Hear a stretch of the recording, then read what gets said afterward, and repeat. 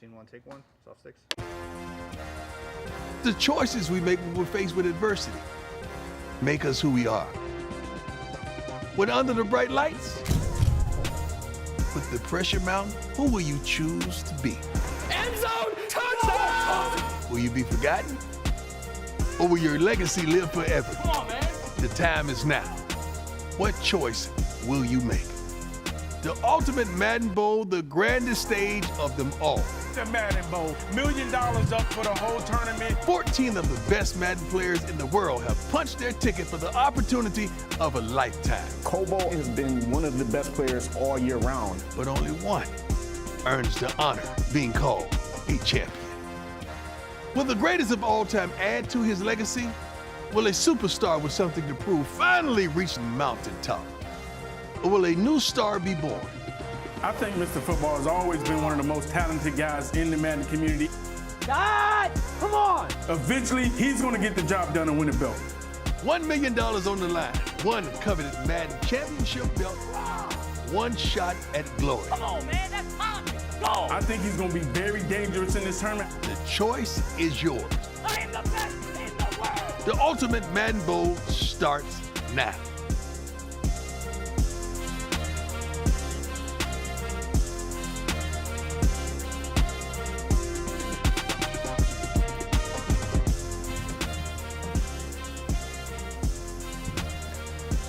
Well, we have worked the entire year to get to this point. 14 players and $1 million are on the line as we kick off the largest tournament in the Madden competitive season.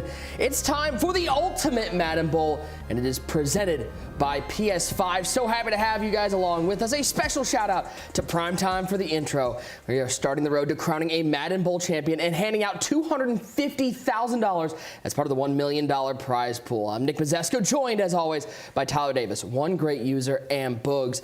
We've got a huge day of action, but before we get you ready for that action, let's run through today's games because we have a full slate today. At 7 o'clock Eastern time, we kick things off with the number 5 seed, Mr. Football 88, who's coming off his best career finish when he fell short to Henry in the final of the Ultimate Wild Card. He'll be taking on a new face in the 12 seed, David, who's the only competitor in the field of 14 not to make a major this season. Following that, it'll be a battle between COBO and JACKOREGON, who are both making their Madden Bowl debuts in the 8-9 seed matchup. The winner of this game will move on. Congratulations, you get to play Henry next week in our quarterfinals, live from the EA studios in Redwood Shores. To close out the evening, the main event, I know you guys will be excited for this one because I know we are. The very last person to win an in-person MCS event, that is none other than the 4 seed NOAHUPNXT. He'll take on the LCQ winner, an absolute goon, Fancy. They'll all be competing for their share of the $1 million prize pool and the ultimate prize of the Ultimate Madden Bowl, this Ultimate Madden Bowl belt, a little hardware to take home along with a big old check. You see that? Everybody's looking to add that one. Henry's going to have to, I think, build an entire new living room if he takes home belt number 6. But a lot of guys out there hoping to get their hands on the beautiful Ultimate Madden Bowl belt. Full day of action, a lot of, I think, very interesting matchups. We're going to see a lot of names that maybe people are going to be learning a lot about in the next couple of hours. Boogs, let me start with you. What are you looking forward to here on day one? I'm looking forward to really seeing is Noah. I feel like it's safe to assume that Noah's he's going to be using the quad father. But I want to know, is somebody else going to add him to their game as well? Or is someone going to add it into their game and find a way to really dictate offense? User, a lot of interesting names out here. We've got a lot of guys who are making their Madden Bowl debuts, but there's a couple veterans out here. What are you looking forward to in day number 1? I mean, we got 88. We got COBO, we got Fancy, and Noah. I mean, of course we know Noah's ready. He's itching, as like Boogs just touched on, the quad father. That fits right into his game plan. But listen, he's going up against the LCQ winner. Obviously the hottest guy right now on Xbox, Fancy. He was the LCQ winner, but then you still have COBO. COBO has been looking real good on the sticks, but the question is he ready for this moment? The last time we saw him, he looked debacle, and he just got blew out in the game, but now he has another chance to redeem himself, to show that he's ready for this moment, even though he has to prove it on the biggest stage there is, the Madden Bowl. Ty, we saw some of these players just 12 days ago. That's how quickly this jump from the Ultimate Wild Card to now has been. What are you looking forward to here on day one of the Ultimate Madden Bowl? Well, first, I'm just excited that we're here, right? It's been a grind all year long. This is why we watch. This is what they play for. We've made it. The 14 best. Remember, thousands and thousands tried to get into this spot playing for $1 million. The guy I'm interested, though, is David T, right? A lot of hate's been going on his name. Does he deserve to be here? Should he be here? He has never made an event, but he was consistent throughout the year, made it to this event, and he's got a lot of pressure on his back, and he's looking to prove a lot of people wrong here today. Well, as Ty mentioned, it's been quite a grind to get here, a long journey indeed, but this has been one of the most exciting years in the Madden Championship Series. In case you forgot how we got to this point, here's how we got here. It's time for the Madden 23 Ultimate Kickoff. Uniform, come on! Let's get it. 15 seconds remain. 3rd and 10. Pressure over the middle. It's complete to Jefferson. Tackle. 9 seconds. Can't spike it. No time.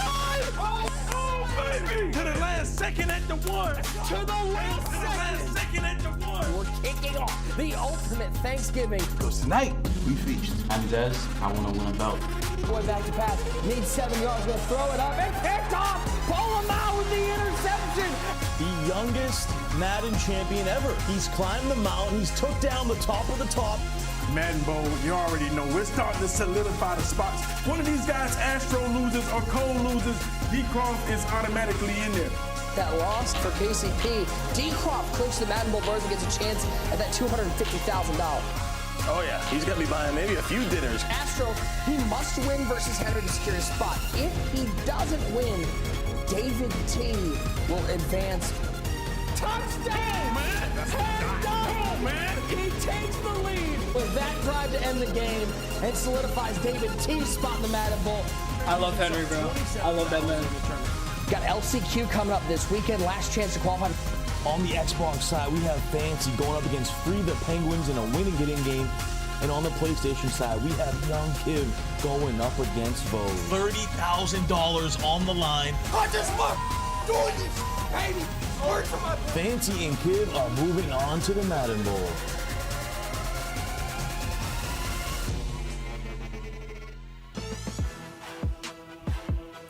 And here is your bracket, the Ultimate Madden Bowl presented by PS5. Top side, that's what we're going to be looking at tonight. COBO, Jack Gordon, Noah and Fancy, and Mr. Football and David. But tomorrow night, you got Big Gucci and Cole, Clef the God and Kiv, and Wesley and D-Croft, Henry and Dez. They get to sit back, just wait till their flight's booked. They're already on their way. They will be heading to San Francisco next week to participate in our first live in-person MCS finals in 2 years. Cannot wait for some of those matchups. Now, it's been an absolutely stellar year of Madden action, and as it's true every year, the LCQ brings nothing but great memories. We got to see something fun. If you were around with us on LCQ weekend over on the Mudhead stream, you got to watch, some of the most stressed out we've ever seen our man User. Boogs was in the LCQ, was battling it out in the bracket, and I think User might have had a little bit riding on this one because I feel like he was feeling all the stressors. Let's take a look at some of this footage because this was absolutely wild. Let's go! We at the 7. 21 seconds left. Let's go. Oh, God. Oh, no, what happened? It's about to start booting up here soon.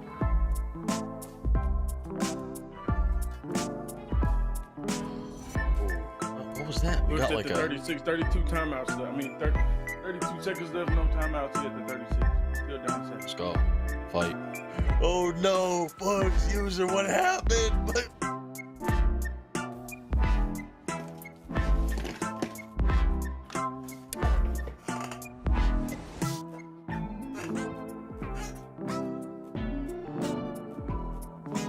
Come on, get the camera off me, man. Oh my God.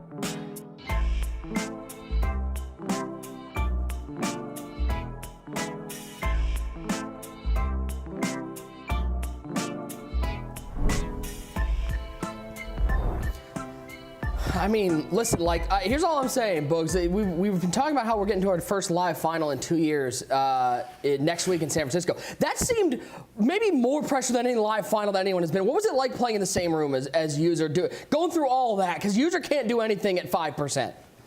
I'm not gonna lie. First off, it's a shame that y'all are sitting here making me relive these moments. Like that is a hurtful moment in my life that I wanted to let go and just get over.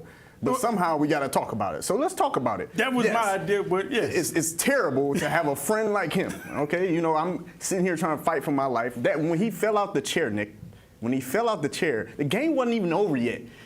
But it was over. No, it wasn't over. I saw it the before man you just saw dove it. out the chair. Now I gotta imagine having to compose, keep your composure and stay locked in when you got somebody being dramatic and just falling out on the ground like You a threw a baby pick that six. needs a meal. Like, come on, relax. Throw the pick six. Tell him the real story. The game was tied. All he had to do was go down and kick 3, and he threw a pick 6 like a bot, like a blind man. Tell him what you did. I pressed the wrong button. He pressed the wrong button, Been chat. there. This is why he's washed. Mr. Maytag, listen, you did a great job. You did a great job in the LCQ, man. And one thing about it, you fought hard. You tried to prove that you could make it and you was back. You was almost there. You got a bye, got the top 4 seed. And we just wanted to first off say, congratulations. Yeah, we gotta give Boogs his congrats, okay? 5th to 8th place in the LCQ. Can we get a little celebration going for our man Boogs, who came pretty Clap close? it up. Look at that! Throw up the fireworks. Here we go, 5th to 8th You made place. it 5th to 8th in LCQ. And you know Higher what I'm than saying? And everybody else listen, here. in the gulag. Give him the celebration. There it is. In the gulag. Congratulations. And Looks like he just won a belt. Yeah, we here at the studio wanted you to know your hard work did not go unnoticed. Now, this is a participation trophy for the LCQ. If you read it, that says Madden Champion Series from the 20. That was the last time you made it live. You know what I'm saying? Then I said, you know what? Hook them up with some level next gear so you look nice. I know you like red. There you go. Congratulations, man. Congratulations. I'm gonna put my glasses back on so y'all don't have to see the potential tears. This is cold-blooded. This is stressful. This is. Hey, man, we wanted to make sure you know your hard work didn't go unnoticed, man. Man, this is ridiculous. Like, I just want to live my life in peace. I'm here in the booth to talk about all these great, talented players, and we talking about me. Yes, I am washed. It's over. But you felt the need. over. You felt the need to ask every person we interviewed this week, who would you play, me or you, sir? It's $1 million on the line. It's the Madden Bowl championship. Last game. Who you gonna choose? I mean, look. First off, you divulging, content that we have for the people. They don't even know about that yet. You already telling them everything that's going on. Relax. You felt the need because you wanted to be noticed again. You wanted them to think you was back. I just want them to know back? you're a fraud. That's all I want to know. That you're a fraud. No, you're washed. Yeah, okay. Hey, Yeah, congratulations. I'm washed. Listen, I'm not trying to take away from your moment. Congratulations. Yeah, okay. We're here to celebrate you. Okay. Celebrate you, my brother. All right, just know the gloves is off now, brother. All No, right? listen, The gloves are off. Bugs, it's amazing. And in case you want a very fun stat, between you and Henry, you guys have a combined 5 belts, and I think that's really cool. So congrats on your 5th to 8th place finish. And we we also can't have wait. about 30 lives. Yeah, well, we got a full day of action to go. We should probably move on before Bugs starts a fight. We kick things off with our first game, and this first game is gonna be Mr. Football taking on David T. David, the only one of the final 14 to have not qualified for live, but made his way here through his performance in all the qualifying. And this is, I think, a very, very fun matchup because we got Mr. Football who showed up warm, has that Snuggie, and he's gonna be taking on David T. Now, David, he has faced a little bit of disrespect out there. He's somebody who I think people are saying doesn't deserve to be in this Madden Bowl, gentlemen. Boogs, it feels like this is a case of nothing to lose more for David T when he takes on Mr. Football. Oh, yeah. I mean, Nick, he has absolutely nothing to lose. Nobody expects anything from him. And then he's playing 88, who's fresh off of a finals run. There's nothing expected of David T at all. He wasn't even supposed to be here. He hasn't even made the live stage. Nobody's seen him. So he can just come out here and just ball out. Like, there's no pressure on him whatsoever. All the pressure is on 88 to prove that his finals run wasn't a fluke. Well, earlier this week, actually, User and Boogs, you guys spoke with David T, and he responded to, there might not be whispers, it actually might just be shouts on him not deserving to make the Madden Bowl. Take a listen.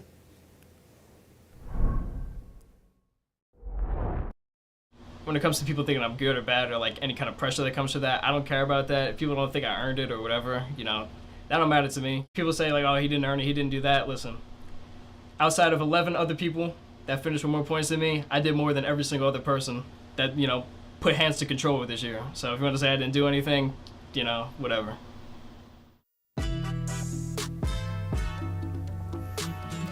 as you see David T getting ready for his first Madden Bowl matchup. The only one to qualify via MCS points, but that's the whole, I think the whole, for lack of a better term, point of the MCS points is to quantify how well they've done throughout the year. And you know, user, I guess the question is, does David have a point? All these people out there saying how he doesn't deserve to be here, talking about other people should be here instead of him. Does he have a point in that you look at the number of points he earned and what he has done in each of the tournaments? Even though he might not have made a live final, he did better than he was at least the 14th best person. Listen, he may not have been here, but that's the type of energy you got to bring when it's the Madden Bowl. Everybody may be chirping at home saying, hey, man, you ain't deserve to be here. But guess what? If they was in that same spot, they would happily switch shoes with him. Because I promise you right now, he's right. He proved it. There was 11 other people. Only 11 other people did more than what he did when they put the sticks in his hand this year. And that's the type of energy he's going to have to bring. He has a tough task in 88 coming up, but I like where his confidence is at. Hey, I talked to him this week. He's from the concrete jungle in New York. He said, I know people are doubting me. They don't believe in me, but none of that matters. And you got to respect the energy that he's bringing right now in his first live event. Well, he's got a tall task as he's going up against somebody who had his best run ever in his 4th MCS appearance in Mr. Football 88, was able to make it to the finals of the Ultimate Wildcard. And Ty, watching his games, I was just so impressed with his composure. This is somebody who I think we've been waiting to take that next step. Do you think he did that in the Ultimate Wildcard? Is this something he can build upon here in the Madden Bowl? No doubt about it. You talk about the composure, also the confidence that he showed in that Ultimate Wildcard. And Mr. Football, you know, we talk about the pressure on David T, but I think there's a lot to prove on the line here for 88. He wants to prove that that was no fluke, making it to the finals, the Ultimate Wildcard. And quietly, Mr. Football's had one of the best years this whole season. He's tied for the most wins in the MCS in Madden 23. That's crazy to think about. I think when you ask, if you were to ask people who do you think have the most wins, you know, user, you were pretty big on Mr. Football going into that Ultimate Wild Card. You said this is somebody that can make a deep run, and he did that. What did you see from Mr. Football in that tournament that he can build upon here in the Madden Bowl? He's always shown flashes. Like, I've seen him play some games, and you're like, yo, he's one of the best players in the community. And then on the other side, you know, he's just doing plays that pretty much cost him the game versus Henry. He just has to settle down and play a good game for 4 quarters. You cannot beat yourself. And that's one of the things that you see from these champions like Noah, Henry. They do not beat themselves. And that's what 88 did. He was in full control of that game, and he just threw a pass, and everyone was like, I can't believe it. He has to be able to shake that off and play his game. Obviously, he has the talent. He has the stick work, the offensive schemes he can put together. And now that he's been to the top of the top, he hasn't climbed all the way to the top of the top, but he's been there. Hopefully this moment will help prepare him. But if he does, he still somehow, some way got to beat Henry. Should be a great matchup to kick off the night here on day 1 of the Ultimate Madden Bowl presented by PS5. We move to game number 2, and this is a game between 2 players, young players making their first appearances in the Madden Bowl in COBO and JACKOREGON.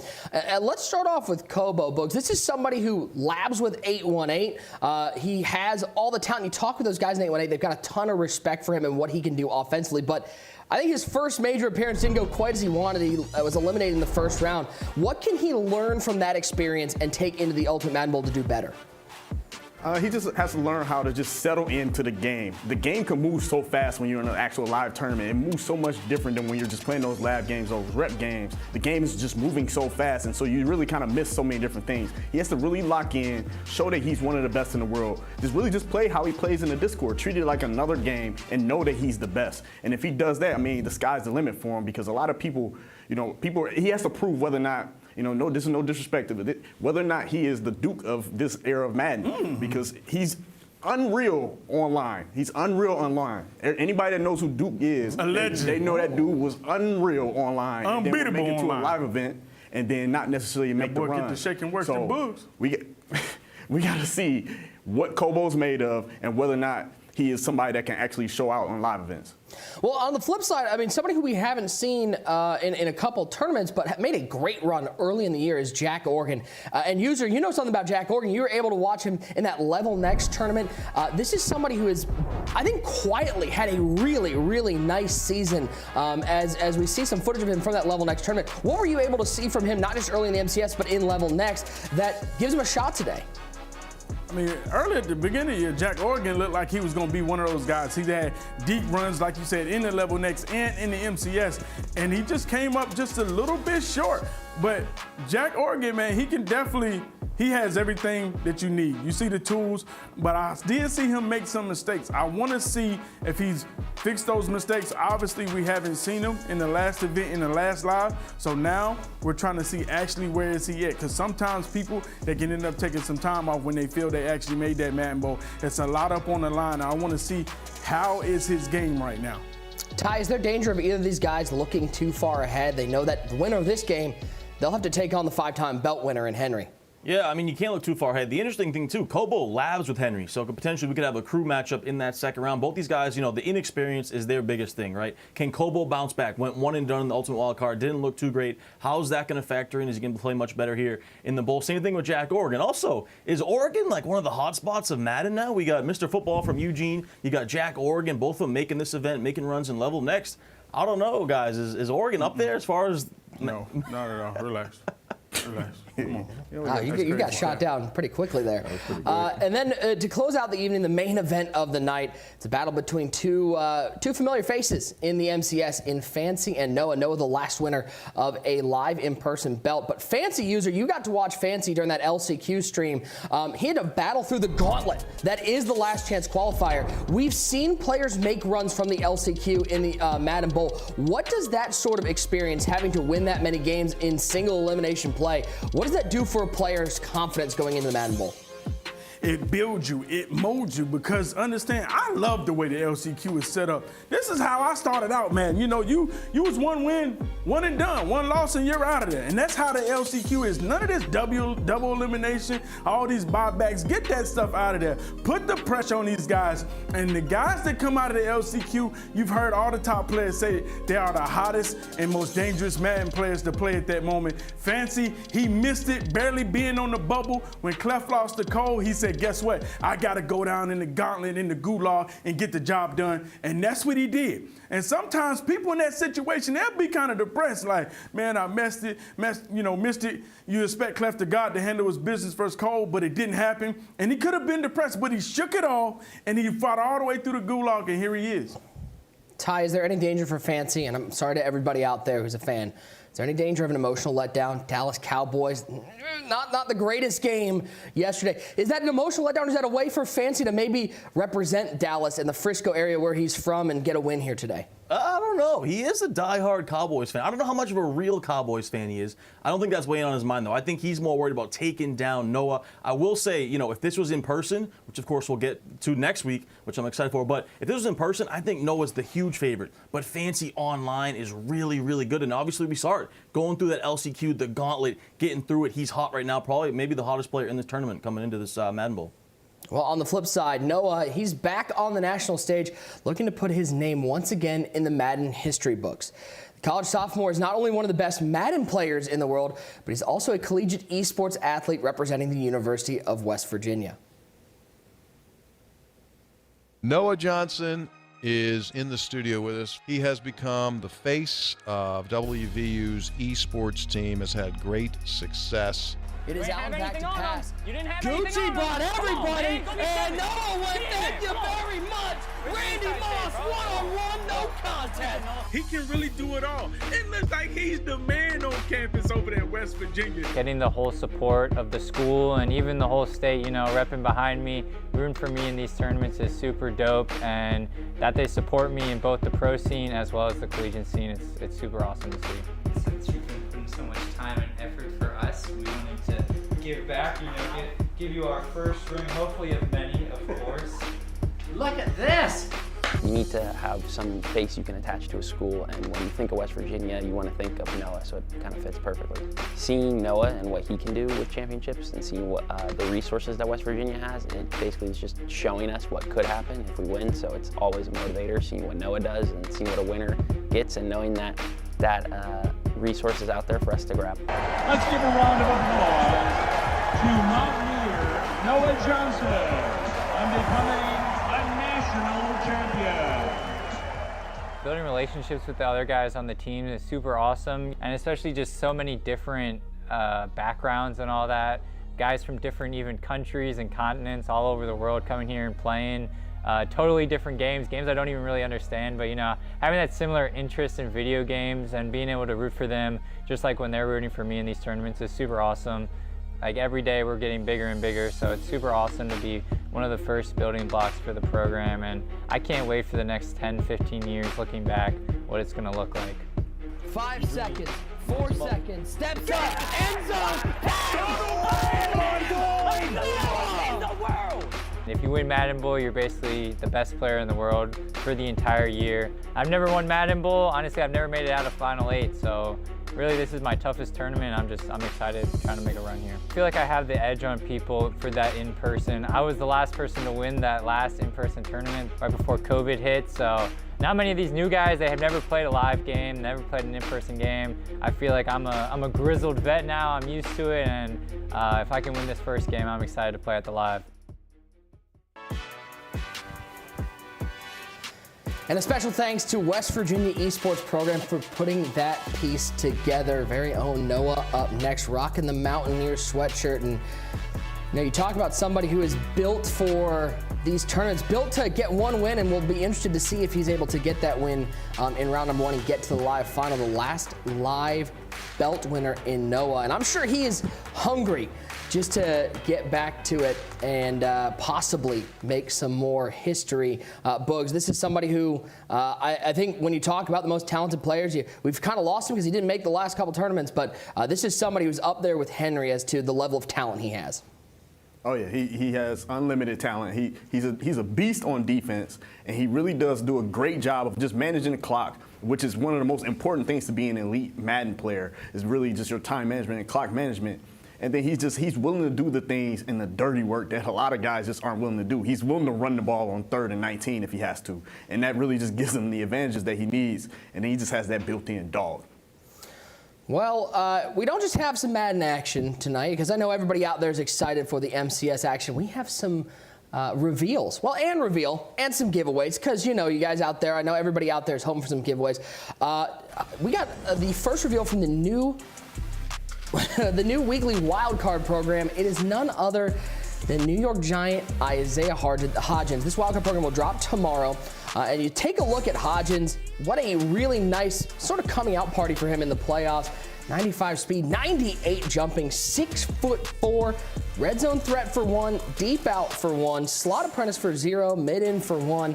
The remaining reveals of this program will be tomorrow on GMM at 10:30 a.m. Eastern time. So make sure you tune in to Good Morning Madden tomorrow morning for the remainder of that weekly wildcard program. But this Hodgins is tough. Now, we couldn't just give away the Hodgins, because at the end of the day, I know you guys want more than that. So how about we give away some more items that were revealed in-game today, that AKA Jason Pierre-Paul, JPP at defensive end.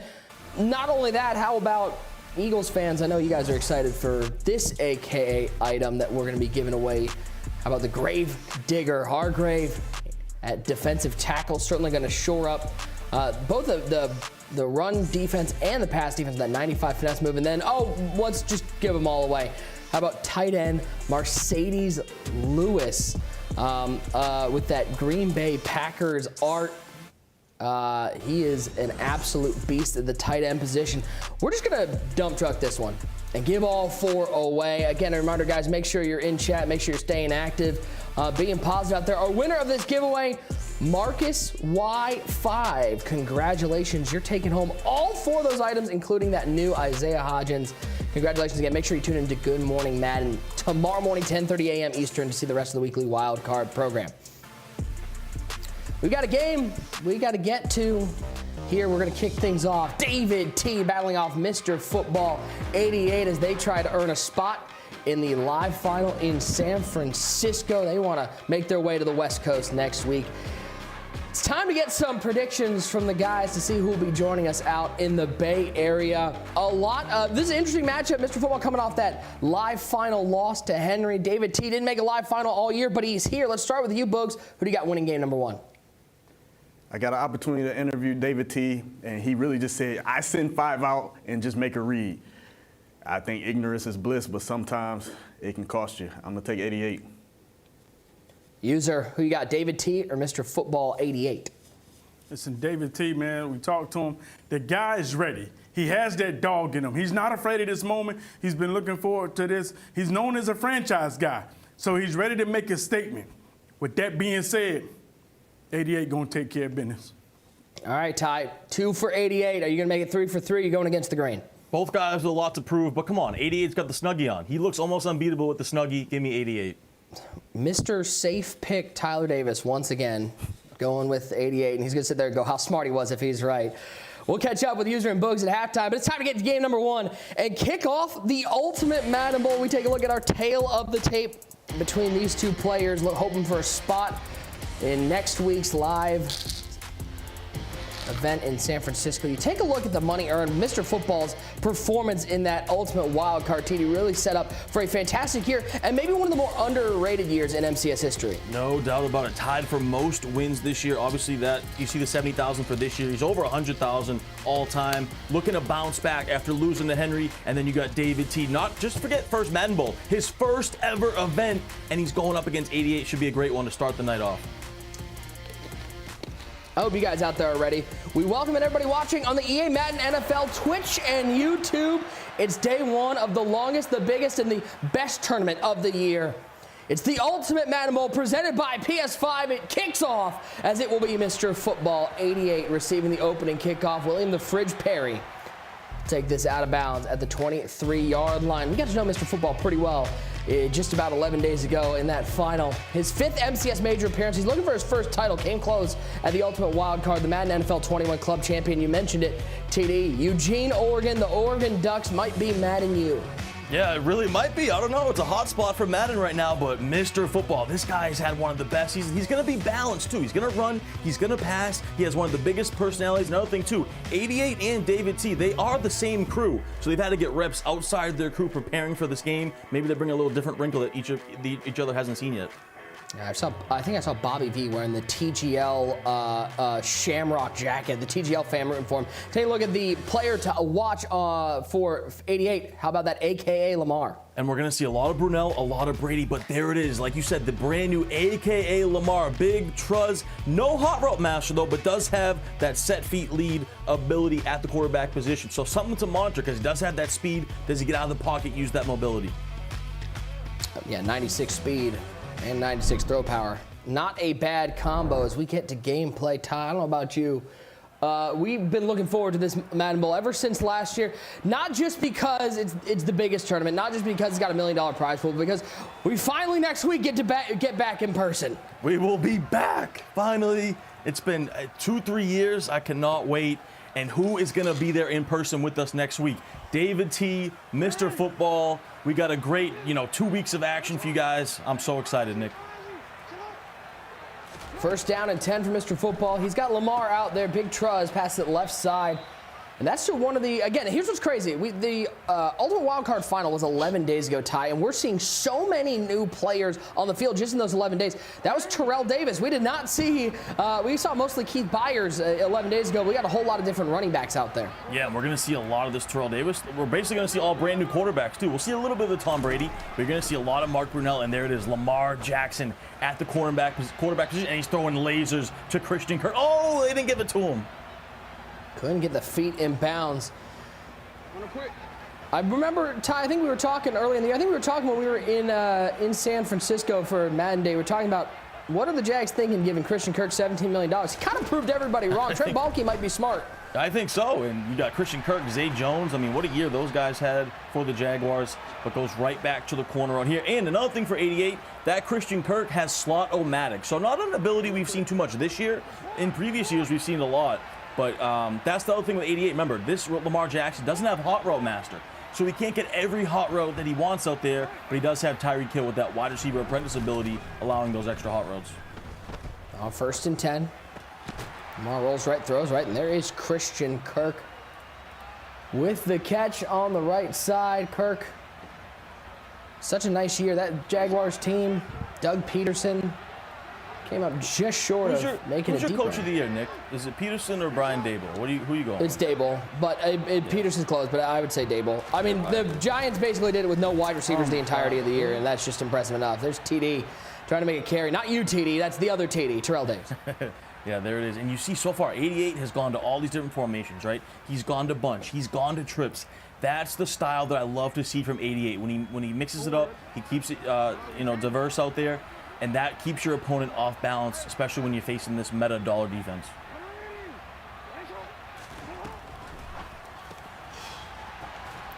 Goes left side. There's Christian Kirk once again. You know, the three of us were talking in the pregame, Ty. Not just the interesting change in personnel out there, but the styles. It's no longer we're needing 6'4", 6'5" wide receivers. Christian Kirk, you're seeing these smaller wide receivers out there. Tyreek Hill, going back to sort of the speed meta of past years. Yeah, 100%, right? Early in the year, those tall receivers with those aggressive catches been toned down a little bit more. And we didn't really see any run game, right, early on in the year, Nick. And now we're going to see much more run game. We didn't even talk about the quad father yet, which, of course, we'll see later on today. But the run game definitely more prevalent as we got later into the year. There's that team of the week, George Kittle, who had one of the craziest catches I saw all season in that game yesterday. Bounced off his hands twice, his face mask once. I think it hit a ref. Was able to pull it down before Trayvon Diggs knocked it out of his arms, makes the catch there. Goes back to the ground, goes Mr. Football. Terrell Davis nowhere to go. And that's always the question mark with this dollar defense that David T is running. How can you stop the run in it? Do you shift your line maybe to the strong side? How is your user? Can you kind of lurk and make them, get in there into blow up the gaps? How can David T stop 88's run? Because remember, 88's run game in his wild card finals run was tremendous. He seemed like every play he was breaking a big run with Byers. There's those verticals, and it goes to George Kittle. Kittle up to the 8-yard line. Mr. Football's worked his way down quickly, already down inside the 10-yard line.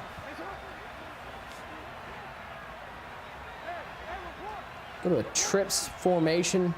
Kirk on the slot, Davis on the left hip of Lamar Jackson, the Louisville Cardinal. Who knows where he'll be playing next year? I know Ravens fans are kind of hoping it's still in Baltimore. I don't know. I think you might see Lamar wearing another jersey next year. Maybe a New York Jets jersey. Any Jets fans in the chat want to see Lamar on the squad?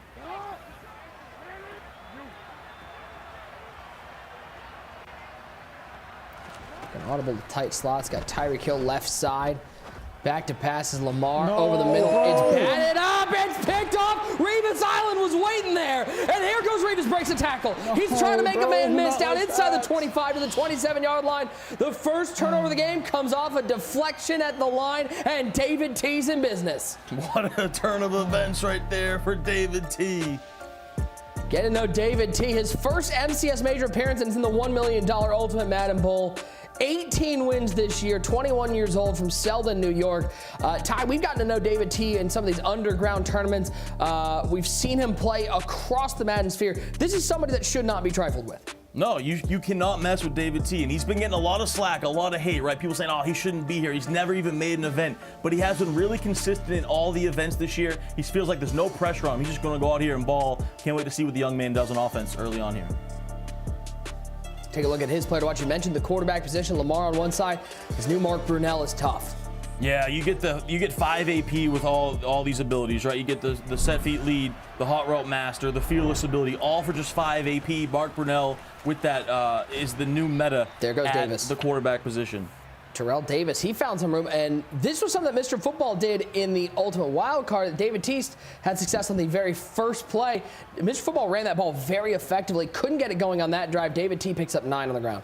Yeah, and we'll see if he stays balanced as well. David T, labs with this TGL crew like we talked about, but because of Mr. Football also in TGL, he's had to go outside the crew for reps. He said he's even labbed with some people on the other side of the bracket in this tournament. He has been dialed in, locked in. He's been waiting for this moment for a while now. He's really excited for this moment. As you see it, throw an incompletion there. But, Nick, little story too. David T actually, DM'd me back in the summertime, right? And he was like, hey, TD, how do I get my name out there more? I'm looking to maybe get a scholarship for college. I want to get better at Madden, get out there on the competitive circuit.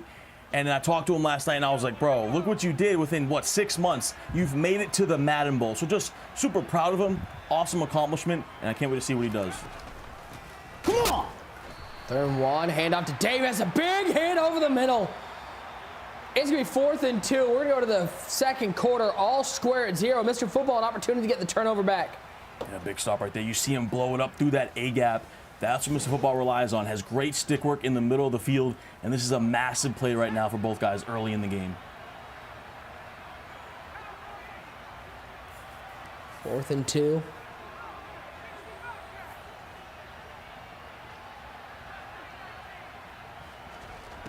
Davis on the right hip. Brunel drops back to pass on 4th down. Looking right side. Plaxico Burris. User. Big hit.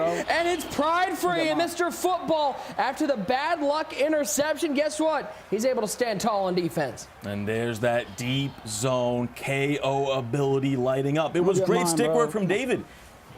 He clicked on, made a great user catch, but the KO ability lights up, knocks it out, and 88 goes back on offense. 1st and 10, Lamar deep down the seam, overthrew Tyreek Hill, and I didn't know that was possible. And Nick, you just talked about the height on these receivers. If that receiver's 6'4", does he catch that? Oh, it's a heartbreaker for 88. I mean, very unfortunate, wide open. 2nd down, a look underneath. It's George Kittle with the catch. Ted Hendricks makes the tackle. Former Iowa Hawkeye picks up 8.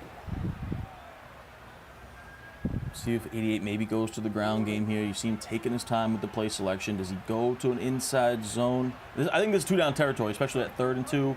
So we'll see what he cooks up. Down motion, Kirk from left to right. Mar back to pass, looks left, a little in route it looked like from Kittle. And Kittle will pick up the 1st down. Needed 2, got 3.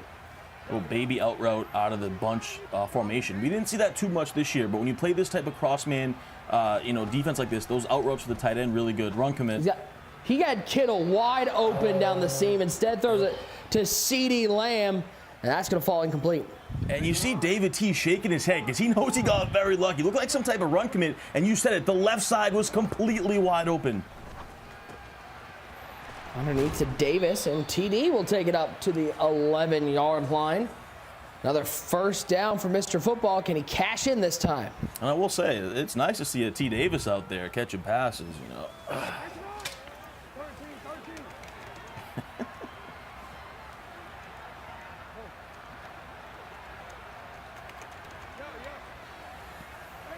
First and 10.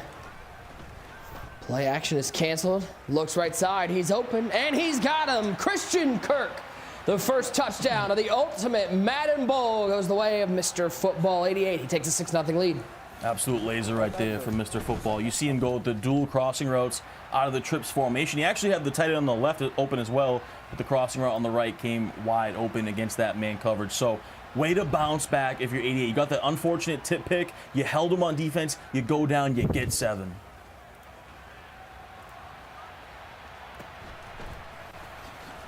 Buyer spin move, and that spin move fooled absolutely nobody. Let's start his drive at the 18-yard line. Take a look one more time. Crossing route, wide open, easy pitch and catch. Yeah, there's that Christian Kirk with that slot-o-matic ability. You saw Kittle on the left side, Kirk on the right side. Both of them were touchdowns. He throws it to Kirk. Great drive.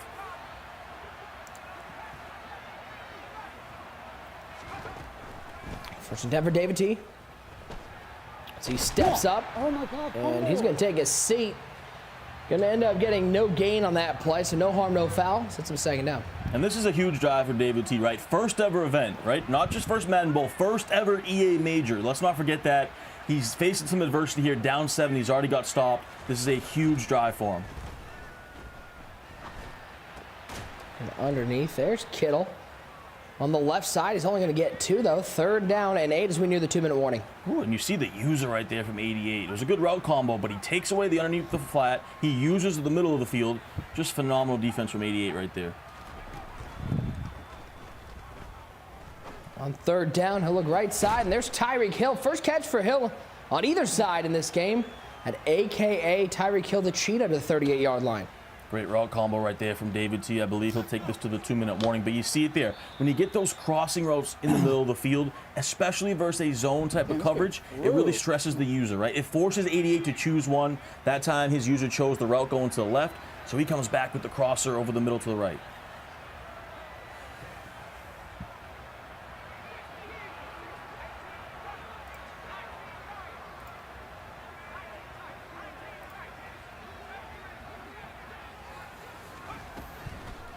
They're now on 1st and 10. Right down the seam, he's got T.Y. Hilton, and T.Y. Hilton's down to the 24-yard line. Beautiful pitch and catch, as now David T's in business at the 24. And that's been one of the most popular route combinations that all the pros are running right now. So they audible over to the tight slots, the flood play. You have a corner route with a table route to the right side, and you have that streak behind it, which he just threw right there down the seam. You also get a corner route on the left side. Great route combo right there. Nice throw. Brunel stepping right, looking right to the end zone, and good. Saw that KO light up, knocking that ball free as David T was inches away from tying this game up. Yeah, there's those KOs again for 88. Huge right there because David T had that one. Nice dot, but just incomplete on the KO. There's Kittle on the left side of the 7-yard line. Timeout taken. Second one by Mr. Football. He has one remaining. And you see, these seams are the issue. When you run a lot of this DB Fire 2 out of dollar, the seams can be really open. And we've seen both guys early on in this game attack those seams versus that zone coverage.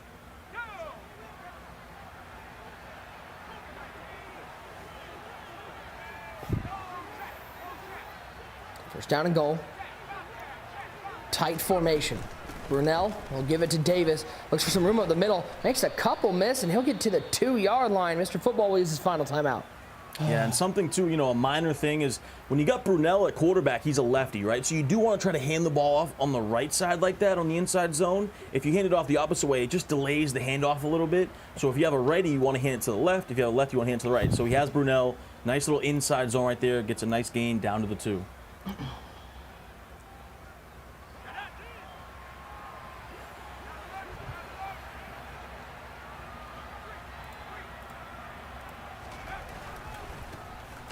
Second down, Davis trying to find some on the left side. Can't find anything over there. Reminder, guys, if you're watching on Twitch, you want some more info on our competitors or the MUT rosters they put together for this round, make sure to watch in the Command Center. Really cool feature where you can find a little more info on all of our competitors. So make sure you watch inside the Command Center. Third and goal. Tight slots Davis on the right hip of Mark Brunel. 3 wide receivers, 1 tight end. Lone tight end is Kittle. As Brunel steps right, throws left, high ball, got him, touchdown, Plaxico Burress brings down the catch in coverage. And David T's an extra point away from tying this first round matchup up. Way to bounce back if you're David T. Goes with the dual crossing routes. Really difficult to defend down there, especially on the goal line. Tight window, but he high balls it to get behind the defender, makes the user catch in the back of the end zone, and we got a tie ball game with only 42 seconds left. Kick is away. As Perry will take this up to the 20, past the 25 to the 26-yard line, where he will start his drive with 39 seconds left. Take a look at this one more time. Steps right, throws left, picture perfect for Mark Brunel. Yeah, a little high ball right there, gets right behind the zone defender. David T looking cool, calm, and collected. I know a lot of you out there in chat, you guys are getting those Twitch drops, trying to earn that 95 overall Derwin James. For those looking for it, the Derwin James 3 MCS token set is expected to be available in-game tomorrow. So look for that set to be available in-game tomorrow. You gotta love just being able to watch some competitive Madden TD and earn a free item, and not just a free item, a 95 overall Derwin James, a legend in the Madden community. Oh yeah, just hang out with us, learn what the pros are doing, and you might win a Derwin James while you're just hanging out with us. Eat some popcorn, maybe order some pizza, maybe wear a Snuggie. Stop like talking Mr. about food. Stop talking about food, man. I can't eat food while we're on the show. I've been told multiple times I'm not allowed to order a pizza. User does it all the time, but he's got like 30 minutes off in game. True, very true. Throw over the middle. Dangerous throw up for Tyreek Hill. And Nick, you got to be real careful right here. If you're 88, you have no timeouts.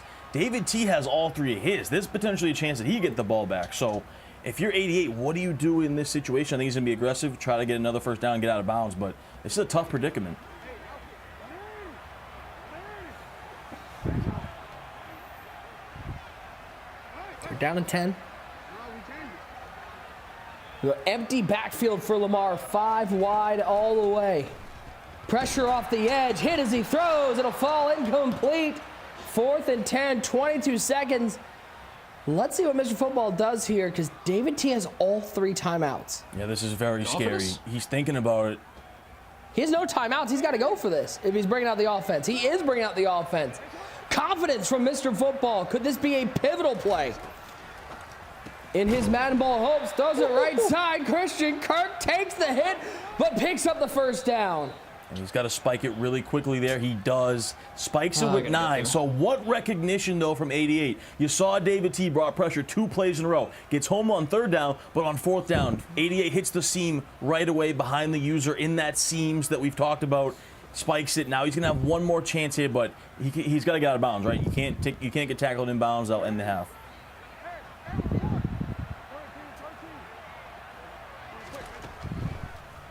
Second down at 10. Lamar right side of the flat. Hit inbounds, and that clock's going to run all the way down to 0. So no points on that drive. We will go to halftime exactly as we started, all squares, 7 apiece. TD, this game was exactly what we thought it could be, a completely even matchup. Yeah, great low-scoring battle. Phenomenal user play right there from David T, by the way. Gets over there with his user, doesn't just tackle him, he lays the wood, hit sticks him in bounds. So 88 cannot get out of bounds, and David T is going to get the ball to start the second half. So phenomenal first half from both these guys.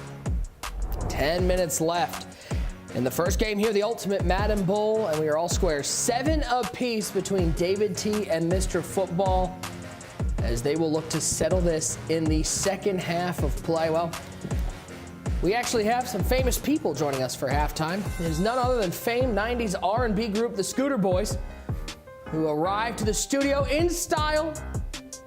Let's throw it over to our men, one great user, and the 5th to 8th place placer in the last chance qualifier, none other than Books.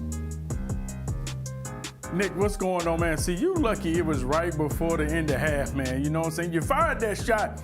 You fired that shot over here talking about us eating. But see, this is one thing about it. You know, when you're in the studio, walking around, you end up burning some calories. You know what I'm saying? You probably sitting over there right now in your drawers. You know what I'm saying? But we in the studio, Nick. You feel me? But listen. Looking like an angry science teacher in there talking crazy to us. Real upset. Hey. But one thing about it, right before half, me and Boogs was talking, that move that 88 did, going for it on 4th down, very dangerous. Not to mention, if he could have lost that game right before that, and we spoke about that so many times. You can't win a game before half, but you can for sure lose it. And that's about what happened, because if he gets stopped, David T kicks 3, and David T gets the ball at half. That's a very dangerous situation to be in. Obviously, you already know David T wants to run the ball. Yeah, it's just, you know, just because you successfully achieve something, you know, stupid, it doesn't mean that you should do it. You know what I'm saying? Like, a lot of people, you know, they'll make a bad decision, and because they, you know, completed it or whatever the case may be, now they feel, you know, validated in that. It doesn't make it any better. It just means you got lucky, and it didn't work. It worked out for you. And what I saw at that point let me know that David T here has a real chance in this game. That just wasn't a wise decision. To see how that half kind of ended, and then to see how David T bounced back, that was impressive. Yeah, Omar, you can go ahead and show them the film, because you're looking at, it's only been a couple major plays in this game. And to be honest, David T, he seemed like he might have had a little bit of flutters, because this is a gift right here. First off, to get a jump up swat right here, and to get that type of animation, and Reeves to be Johnny on the spot inside the goal line to give you that first turnover. David T has to somehow get this ball rolling, but instead he doesn't. He goes 4 and out. Right here on 4th down, just gets locked up, tries the corner route, and that's just good defense with the KO ability working out right there for 88. And then 88 goes right down the field and puts up some points. And you're thinking, okay, David T, obviously you've been gifted a turnover, you're not gonna respond. But then David T says, hold up, I'm not too big, this moment isn't too big for me. Throws the high ball right here. And then it looks like, here's the 88 that I told you I'm scared about, that I don't know. Yeah. Sometimes 88 looks like the best player, and sometimes it looks like, what are you doing? And right before half, that was one of the things I've seen from 88. You get 2 different sides. Sometimes just playing dumb. Fortunate for him, it worked out for him, but now he has to come out here and lock up. And David T's in a great situation. In this game, we thought 88 was going to take full control. His first offensive drive went down there, looked like he was about to put up some points. Some fluke happened. Then he was able to lock up with a quick 4 and out. You're like, okay, you got your shot.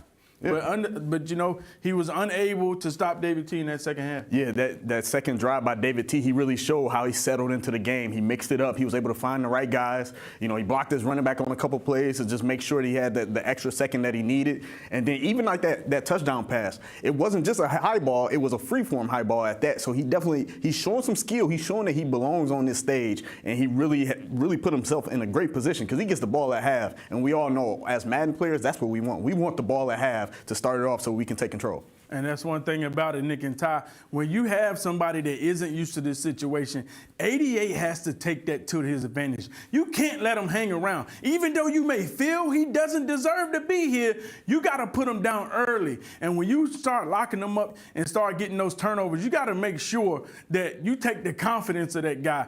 Because if not, you can let him hang around, and next thing you know, you lose this game, and you're thinking to yourself, how did it happen? Back to you, Nick and Ty. We'll see you in the second half at the end of the game.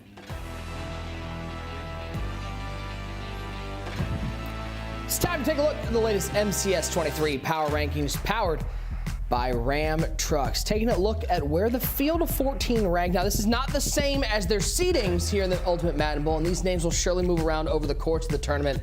But as you can see, no doubt Henry, he's won a couple belts, probably deserves that #1 seed. Dez at 2, Clef at 3. We'll see Noah later on. Remember, the top 5 we'll see today. Henry and Dez sitting in comfy seats as they had the first round bye. But you know, these power rankings can certainly move around based on the results of the games today and tomorrow. New kid on the block, David, had quite the reaction when he found out he made the Ultimate Madden Bowl. Question out there, is there a Madden Watergate scandal on our hands?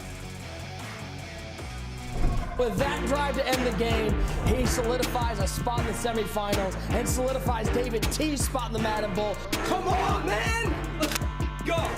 Let's go, man! Oh yeah, I was hyped. I mean, that was honestly one of the most, like, you know, exciting, like, moments of my life, to be honest with you. I mean, I've been wanting to do this for years, so to watch it, you know, unfold right in front of me and, like, know, like, yeah, I'm in it, you know what I mean? Like, it's not like something I want to do, it's something I'm going to do now. So I love water. I drink a ton of water every single day. It just so happened that it was in, you know, close proximity to me when it happened. I was excited. I just fired it at the wall, to be honest with you. I would have thrown anything at the wall. I didn't really care. You know, no beef with the water bottle itself.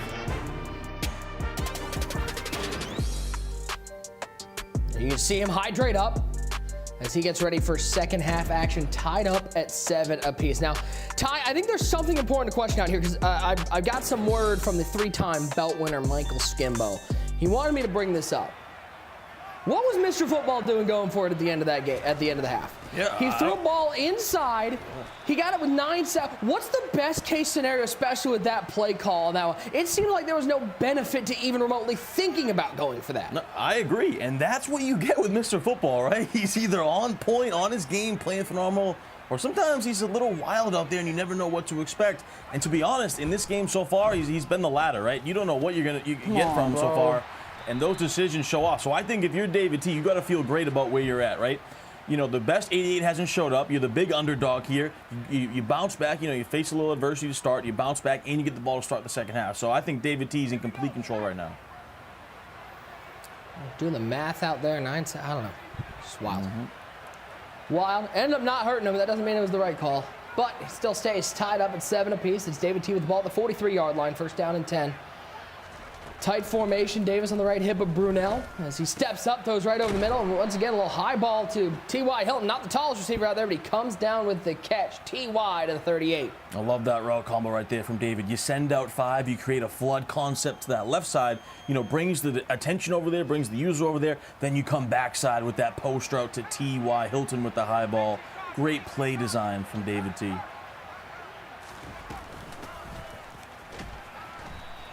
Terrell Davis right side gets a couple. By the way, big shout out to all those guys out there, not just watching in the EA Madden NFL Twitch and YouTube, but all the watch parties out there. I see Skim out there, Big Cap, Goat, Geezy, Space Jam, Versace, big shout out, Bobby V, everybody out there watching along. We are so happy to have you guys along with us. Nick Mazesco, Tyler Davis with you. The ball's at the 25-yard line. David T back to work. Still just surgically working his way down the field, and Terrell Davis will pick up 5. Yeah, staying balanced too, mixing those inside zones, of course, with that Terrell Davis, using a little bit of clock, right? And I like David T, just slow the game down, right? You don't necessarily need to use clock in this spot, but you slow the game down, you're in control, really, you know, dive deep, think about what you want to do. And he's executing right now on this opening drive of the second half.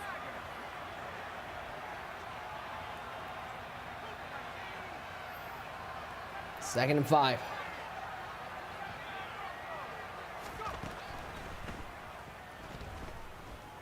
And left with Brunel, waiting for that cross to get open. But it was really good defense downfield by Mr. Football to force the third down. Only rushes 3 right there, plays all-out coverage. You saw left side, David T had a streak with a wheel and a backside post, but they were all kind of congested on the short hash mark of the field. And that's a big stop right there for 88. So big 3rd and 5 for both guys. See what David T cooks up. Does he go back to the tight slots here? Maybe a little flood concept to one of the sidelines.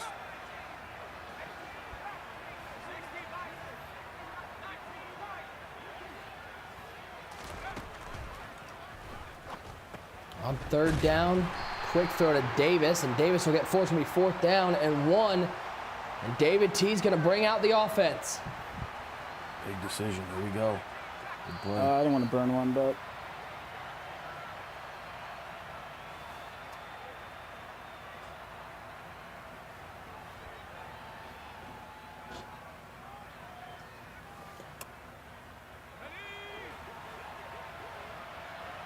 Fourth and a yard.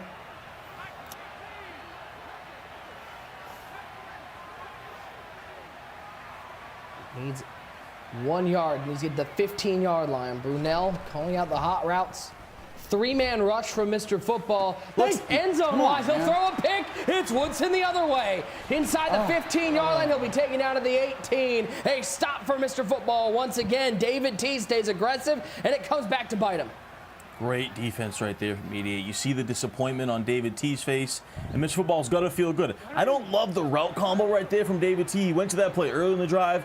A bunch of deep routes, right? You got 2 posts, you got a running back streak, nothing underneath, right? All you need was a yard, so Football can kind of sit back and wait on the post, picks it off, and now he's in business.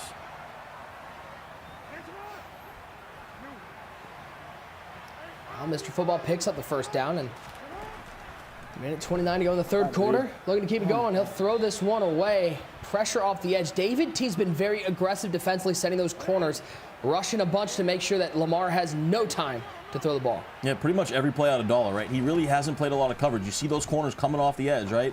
And Football's okay with that as he sits back and throws a beam right there. But he really hasn't tried to even pick it up, right? No, not much slide protection, no extra blockers. He's just sitting back trying to get the pass off quickly because he knows if he has the time, he will have something open when you're blitzing so many guys. Yeah, it's surprised he hasn't been able to get anything going in the run game, considering he's still in dollar. As there's Davis up the middle, just as you speak, he's able to pick up, looks like about 5, call it 6 on the ground, 2nd and 4. Yeah, and the one thing he also has had is that table route out of the backfield to Terrell Davis. So look for him to maybe go back to that out of this tight formation. If you're David T, you got to start to dial in on that running back route. Another 1st down for Mr. Football. See, I need to run one more play before the 3rd quarter comes to an end. Still 7 apiece. Game number 1 out of 3 on this day 1 of the Ultimate Madden Bowl. Left side is caught by Kittle. Big hit on Kittle. Oh, Lord.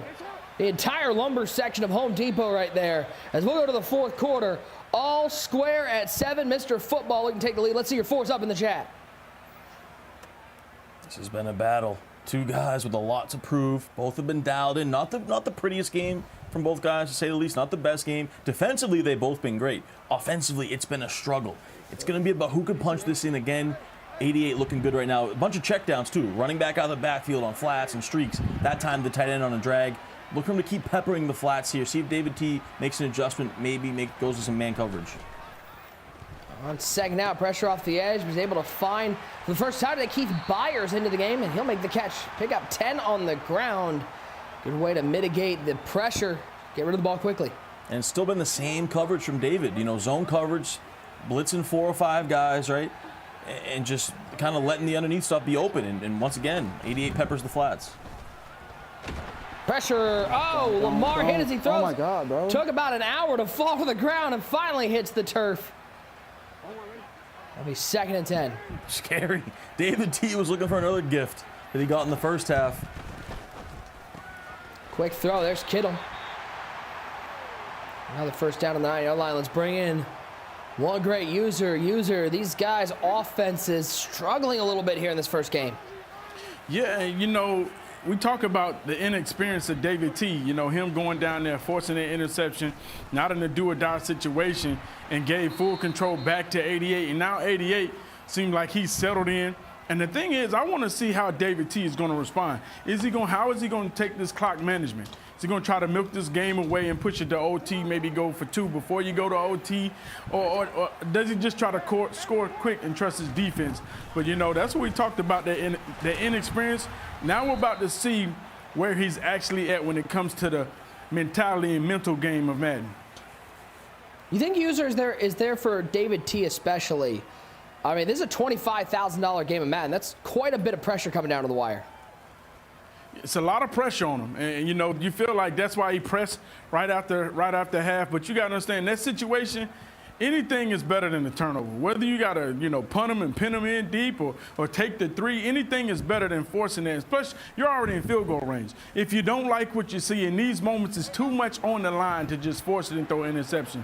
And now 88 trying to burn as much clock as he can, pretty much putting, you know, David T in a situation where he has no choice but to milk the game. Oh, big tackle, bringing up a 4th down. That's huge. That felt like a throwback to Madden 20. Stretch to the outside, try to get the edge, but the hat count wasn't there. And with under 3 to go, Mr. Football settling for 3. And I think this is the right decision, Nick. With the way this game has been going, you take your points in this situation. I mean, 10-7. Who would think we'd see that here in Madden 23? Takes a lot of time off the clock as well, puts all the pressure on the inexperienced David T. Ty, I think you're right. That's the right decision to take the 3. But I feel like he got real conservative. Sometimes you can stop yourself. Like, I don't understand why he was milking so much clock, you know, running the ball, taking a little dink and dunk dots. You got to go ahead and score in that situation because right now, Madden 23, this is a scary situation to be only up 3. You know, David T is in a no-pressure situation right here. And as we go take a look back at that interception right there, 4th and 1, throwing it in there. What do you think of the call? Not just, I mean, 4th and 1. That's a pretty no-brainer. Go for it here, especially in Madden 23. But what do you think of the call with the pass, especially the deep pass to the end zone on that 4th and 1 instead of just running the ball? I mean, it's tough. You're going against Dollar. You got to be smart. You got to be able to read the users. You have all the abilities, identify a threat detector. You have to use those abilities to your advantage in that situation. If you see the opponents is not sending the coverage, sending the heat, you gotta take that risk in that situation. If you already deciding, I'm not taking my 3, I'm gonna go ahead and go for it. Let's bring in, we got 2-minute warning. Let's bring in the entire crew, bring in Books. Books, did you call me an angry science teacher? Is that what I heard? I mean, that's exactly what you look like. Okay, you look like a science teacher that's being underpaid and just doesn't like his job. But, you know. I could agree with that. That's my underpaid's been everybody's life around. But, you know, David T has been in the power position all game long. Like right now, he's in the best possible position. He completely controls the outcome of this game at this point. And he pretty much controlled it when he got the ball at half. And we've seen him blow these opportunities with the first turnover and then to come out at half and get stopped. Now we're about to find out what he's made of because he knows that. And now we're going to find out whether or not he can just brush all that off, shake it off, and then really go and win this game. And if you would ask David T before this game, if he would take being down 3 with 2 minutes to go and the ball, I think he would take this every single time, right? Perfect position here, potentially a $25,000 drive right now. Big time things on the line for David T. I'm just wondering, maybe the chat can answer this one time. Maybe you know better than I do. Do you know where in the playbook I can find that play the Cowboys ran at the end of the game last night where Zeke Elliott got just blown through? Is that in the Cowboys playbook? Can I run that play? Is that going to be added to Madden 24? I need that play in the game. 2nd and 10. Minute 22 left. 3-point game. Brunell in quarterback position, tight formation, 3 wide receivers. Looks like you got Tyreek, you got Brunell, and you got that man, T.Y. Hilton, skying for it. Inside field goal range. David T in business. And you start thinking about if he's going to get the win. Yeah, and David T saying, hey, 88, anything you can do, I can do better. We've seen 88 go to those seam streaks repeatedly versus that DB fire. This time, David T goes to the seam streak, pays off for a first down. 5'10", 183 out of Florida International. Shout out to the Panthers. T.Y. Hilton, who actually he started playing pretty well here at the end of the year. That's why he got a team of the week. And then why not find George Kittle for 16? User David T's in business. Yeah, he's in great position right here and still has all 3 timeouts. Mr. Football 88 only has 2 left, so he has to be very strategic how he plays this half right here, plays the rest of this game. Big hit. ran the ball with Terrell Davis. Clock moving, no timeout taken by Mr. Football with just 2 remaining as we're under the 40-second mark. Comes out in bunch, will audible to tight slots. 3 wide receivers. It is Kittle and Tyreek on the left side. Plaxico Burst and T.Y. Hilton on the right side. Brunell in the shotgun with Terrell Davis. Stays into block. 3-man rush for Mr. Football. Drops 8. Great defense. 3rd and 9 with 18 seconds left. Mr. Football. And this is where I want to see. He smelled that one out. This is where I want to see. Yeah, is if he's going to press, if he's going to try to make sure he can get 6. Because some people in this situation, they feel like, no, I don't want to go to OT.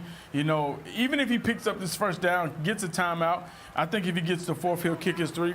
But, you know, sometimes in this situation, these young guys, they tend to press.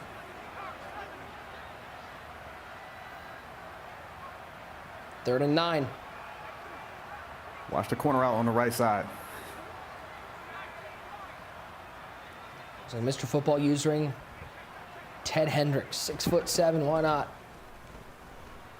Stepping up as Brunell, hit as he throws. It will fall incomplete. 4th and 9. And David T looks like he'll settle for a field goal. Boys, it looks like we might be setting up for some bonus football. Yeah, it looked like he had that slant, too, if he would have had an extra second earlier. It was a good route combination with the halfback wheel with the slant post combo. He's going to take his 3, and like you said, Nick, we might be having some overtime between these two. Still 11 seconds remaining. You never know what can happen in a game of John Madden football.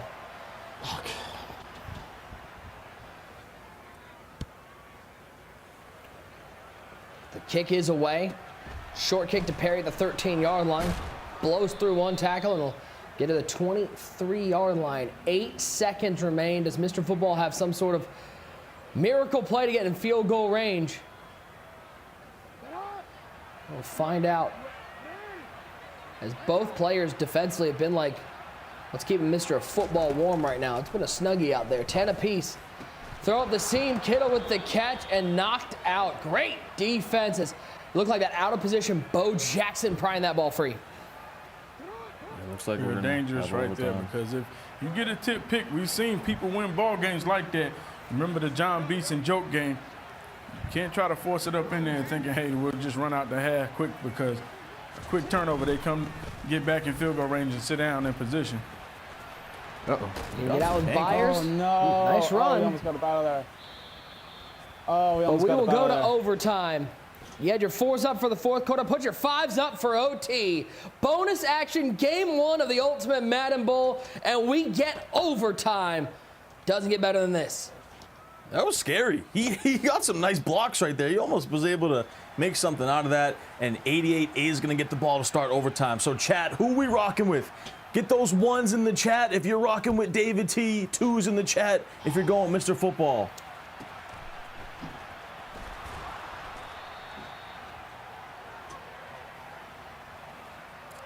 Will be Mr. Football to start things off. Ty, neither offense seemed particularly in rhythm, but both players moved the ball effectively. Yeah, and the last drive from David T was impressive, right? He stalled in the red zone, but able to get down there and get the points. And here we go. They got to figure out something here on offense, right? It's been a real struggle, like you said. Nice dot there, though.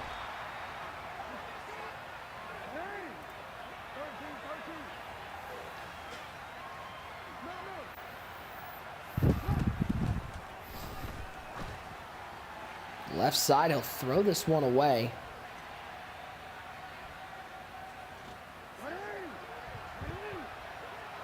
Second down and 10.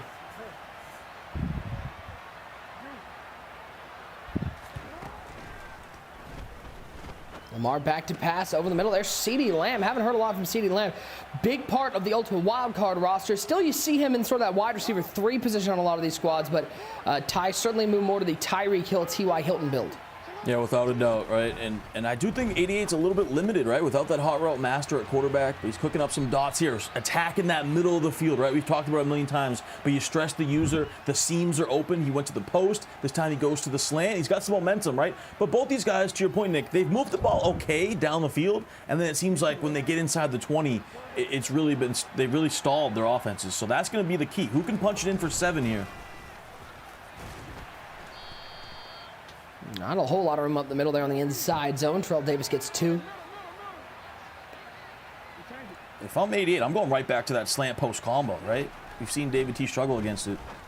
Oh, There he's it got is. him. He's open, and he high balls it to Tyreek Hill. I don't know about you, Ty. It looks like if he led that upfield, he's in the end zone. Instead, he gets stopped at the 14-yard line. It's a great point. If he freeforms that up the field without the high pass mechanic, he might be in the end zone right now with the game over. I hit the wrong button. Oh, Instead, he throws a pick. Trivet. Instead, he throws a pick. It's Calvin Johnson out of position going up the sideline. He's up to the 40-yard line. Oh my God, David T might have just snatched victory with that interception. A catastrophic mistake from Mr. Football. Oh my goodness, he could have won the game on the previous play, and then he comes right back and throws it in double coverage. And now David T, does he have it in him? Guap drive time. The wrong button. Mr. Football has gotten away with some questionable decisions here in this round one game. Will he be able to pull another Houdini act? And with another escape here in overtime on 1st and 10, nowhere to go up the middle. Terrell Davis will actually lose a yard. There we go. I mean, all the pressure on David T. First ever event. A $25,000 drive right here. Wow, what a mistake by 88, though. He's got to fight through. He's got to bounce back. Sense pressure. Right side, he's got Kittle. Kittle's down to the 40-yard line, 3rd and short. Oh, boy. What does he call here? 3rd and inches. Maybe go inside zone here. Oh, both these guys on the edge of their seat. You see 88. He looks absolutely disgusted right now.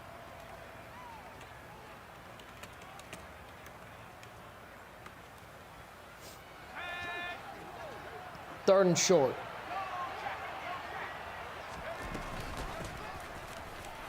Up the middle, it's Keith Byers from the Ohio State University picking up 5, and David T's in field goal range. Decision time. Does he kick it now?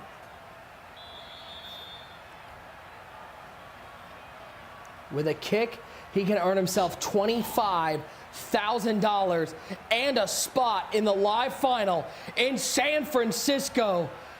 David T clutches up. Come on, man. And kicks his way to $25,000. You can buy a whole lot of water bottles with 25 G's. He knocks out Mr. Football. He will make his way to Redwood City next week with a 13-10 overtime victory. They said he didn't belong. They said he wasn't deserving. And he said, no, thank you. I am here. I belong. And I've just advanced in the Madden Bowl. Wow, what a game. Overtime. 2 guys, phenomenal defense. This time, David T treats the water nicely, and he's advancing to the next round. What a game. An unbelievable finish in this game. We are going to have all the analysis. We'll talk to David T, and we'll preview game number 2. Go grab yourselves a snack, grab yourself a water just like David T, and come on back. The Ultimate Madden Bowl presented by PS5. We'll be back after this.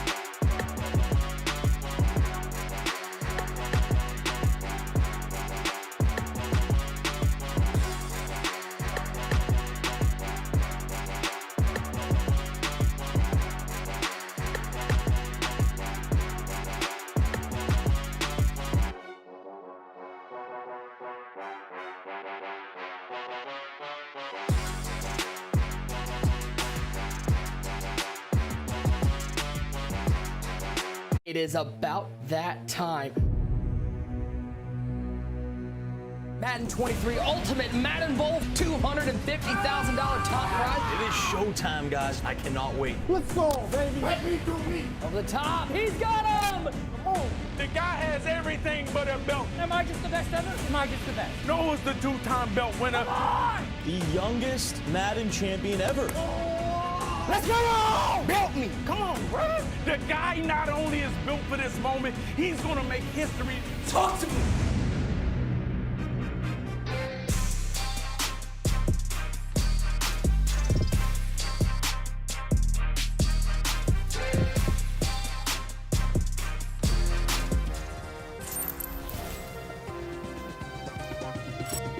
Well, what a way to kick off the Ultimate Madden Bowl. We get overtime bonus football. And the man that many said didn't deserve to be here said, I got $25,000 extra dollars in my pocket that say I do. 13-10, an overtime victory in game number 1. Let's take a look at some highlights. Bring in Tyler Davis, one great user, and Boogs. Gentlemen, user, I'll start with you. This game, this just didn't have a whole lot of flow. The defense is really standing tall. Inside the red zone, it seemed darn near impossible as we started things off with a tipped interception. Yeah, and it just felt like, we talked about it all the time, 88. You get two different 88s, you know? And this game right here, this just did not seem like he was on his game, to be honest. You know, defensively, he came in with some stops. I kind of feel like, more like he gave it away than David T wanted and took it away. And so in this situation, you expect more from 88, especially we just saw him in the finals. And he just kept making bonehead plays after bonehead plays. He didn't look explosive. And one thing Boogs touched on, Boogs said, hey, you know, this is what happens if you stop his run. He looks very basic, and that's why much people don't really believe in 88 offense. But I feel like David T was still playing dominant, still playing good football and keeping himself in this game, not beating himself, when on the other end, 88 was doing the exact opposite, beating himself right here, 3rd and goal. Being conservative, 3rd and goal, you running on the stretch?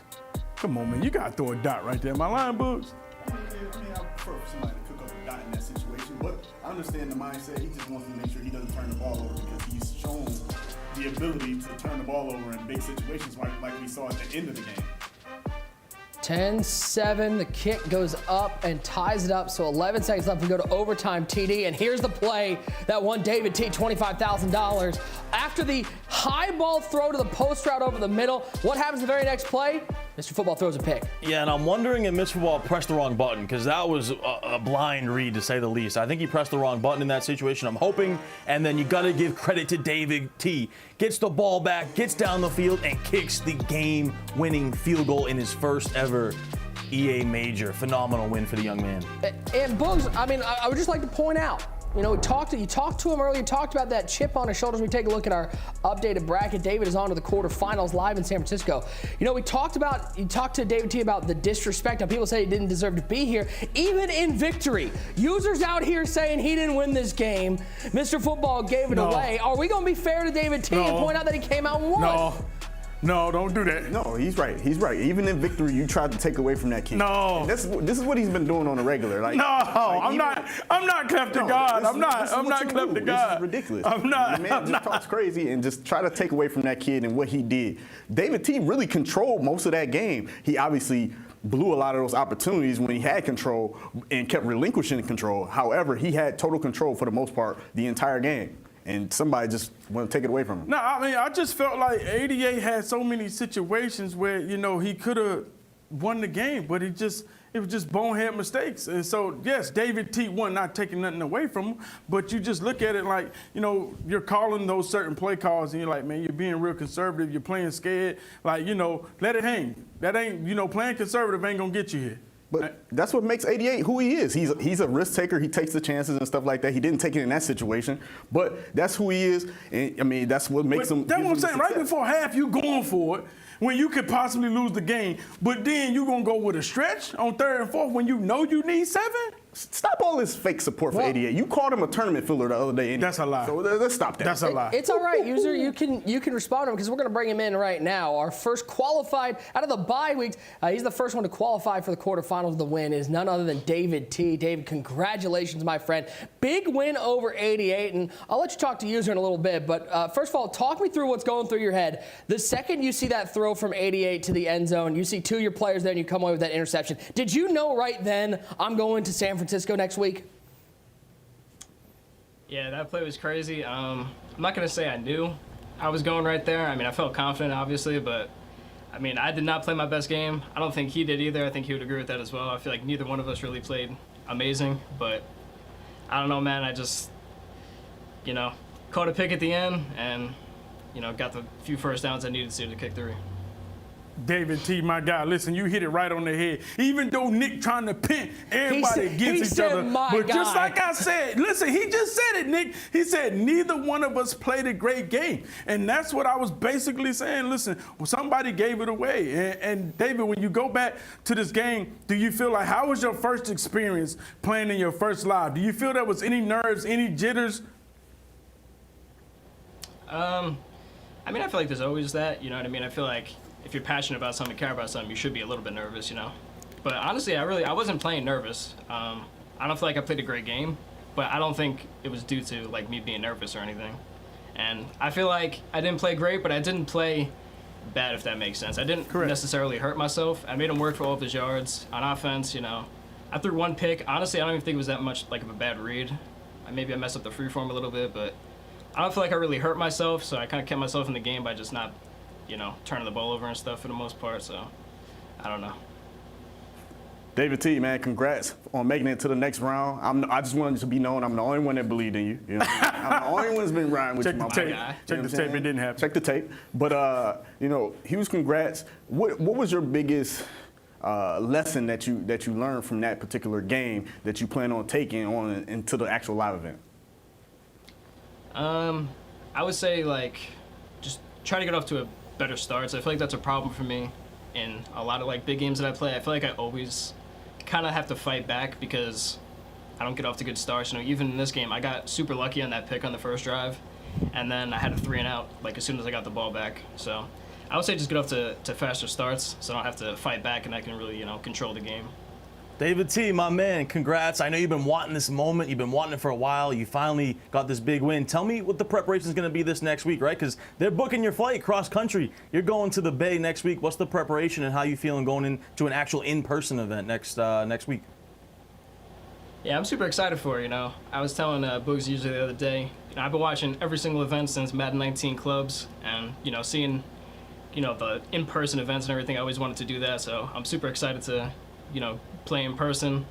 Also excited to go to Cali, and I've never been to the West Coast. You know, I'm from New York. I'm an East Coast guy, so should be a cool experience. I'm looking forward to it.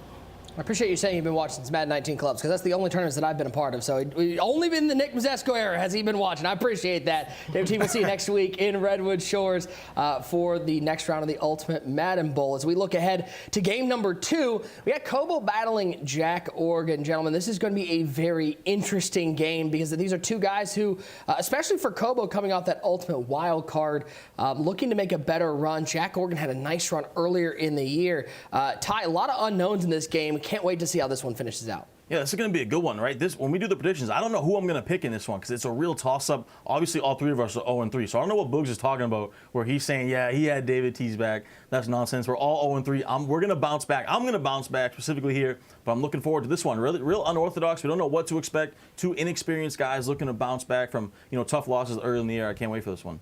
Well, let's get predictions in what I think might be the hardest one to predict today.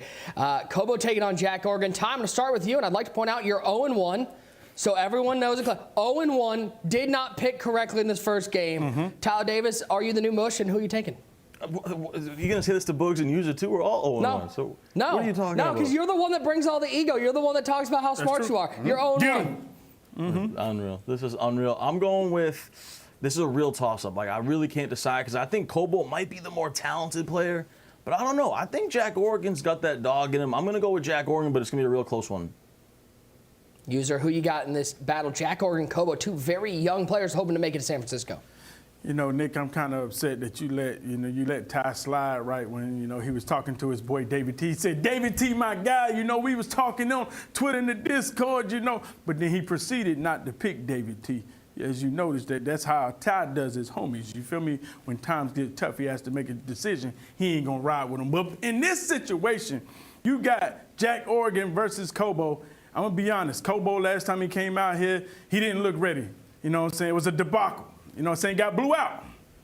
But I feel like something in my gut is churning. Maybe this boy's ready for this moment, and that's why I'm riding with COBO. I'm just saying, you called him my guy and slandered him and said he didn't win this game. So, also, how many buttons are you going to undo for the next break? I'm just wondering, because you got like 7 down at this point. Jacket off, Nick. Boogs, who you got in this game? COBO and Jack Oregon. I mean, first of all, this dude gut been churning for weeks now. The man's just been, I've been around the guy. It's just been ridiculous. Hey, that's crazy. You gonna tell him, man? Like, I told him your personal business. My bad. Yeah, man. I don't know what I ate. I don't know what y'all gave me, man. 2 people going 1-1, Nick. I'm going with COBO. We shall see. Very fun game number 2. Can it live up to the action of game number 1? When we come back, Jack Oregon will battle COBO for the right to take on Henry in San Francisco next week. It's game 2 of the Ultimate Madden Bowl presented by PS5. It'll be on after this.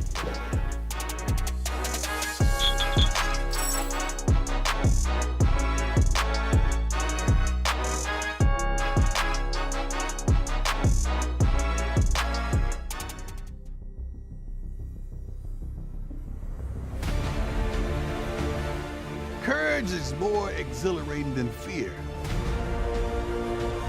And in the long run, it's easier. That's gotta feel good. Jack Oregon cut into this lead. We do not have to become heroes overnight. 6, a drive that we've come to expect. Just one step at a time. Meeting each thing that comes up. He throws an end zone turnover, and Mr. Seeing it is not dreadful as it appeared. Discovering we have the strength to stare it down.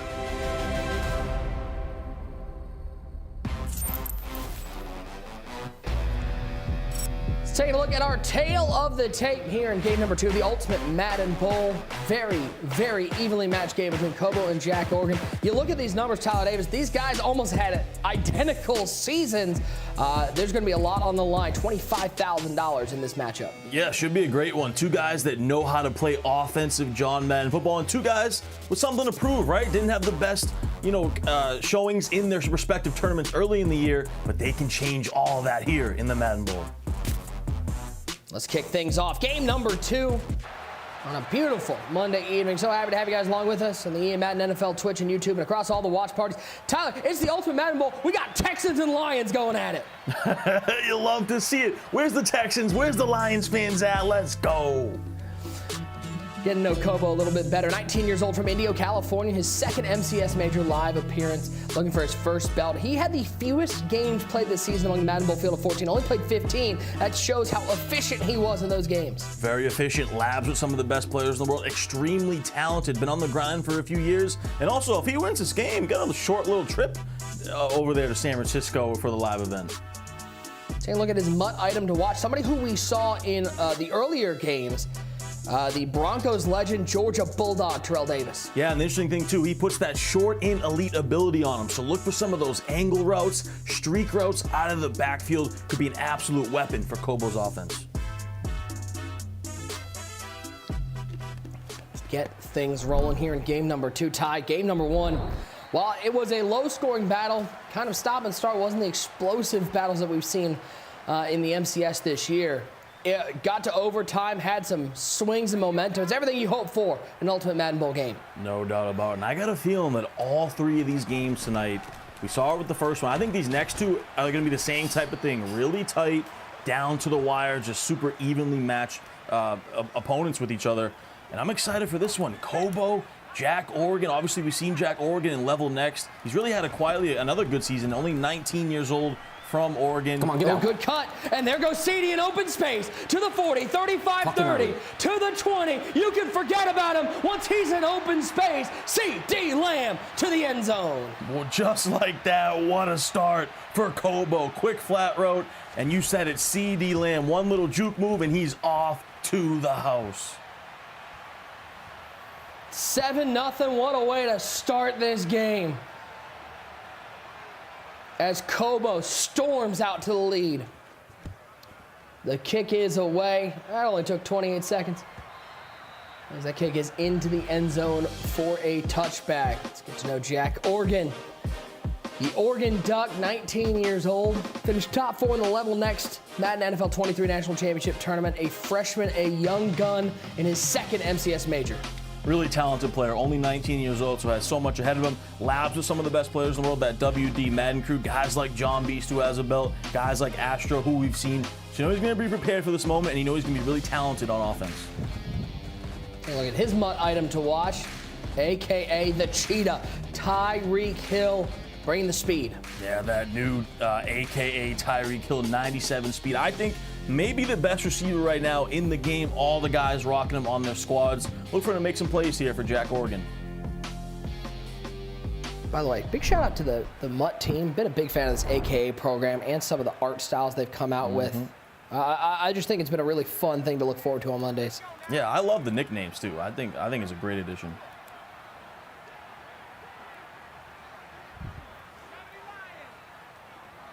Seven 0 COBO with the early lead. Start things off with a handoff to Keith Byers.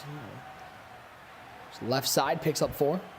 Yeah, what a way for COBO to start, right? We talked about it. Ultimate wild card, you know, not his best tournament. Really, to be honest, he got popped, right, in that first round. But you come right back. You have a chip on your shoulder. COBO seems dialed in, and it pays off on his first drive. So now you shift the pressure to Jack Oregon here on offense. Let's see what he's got. He goes to that quick base first. You'll see him in the bunch in the tight offense.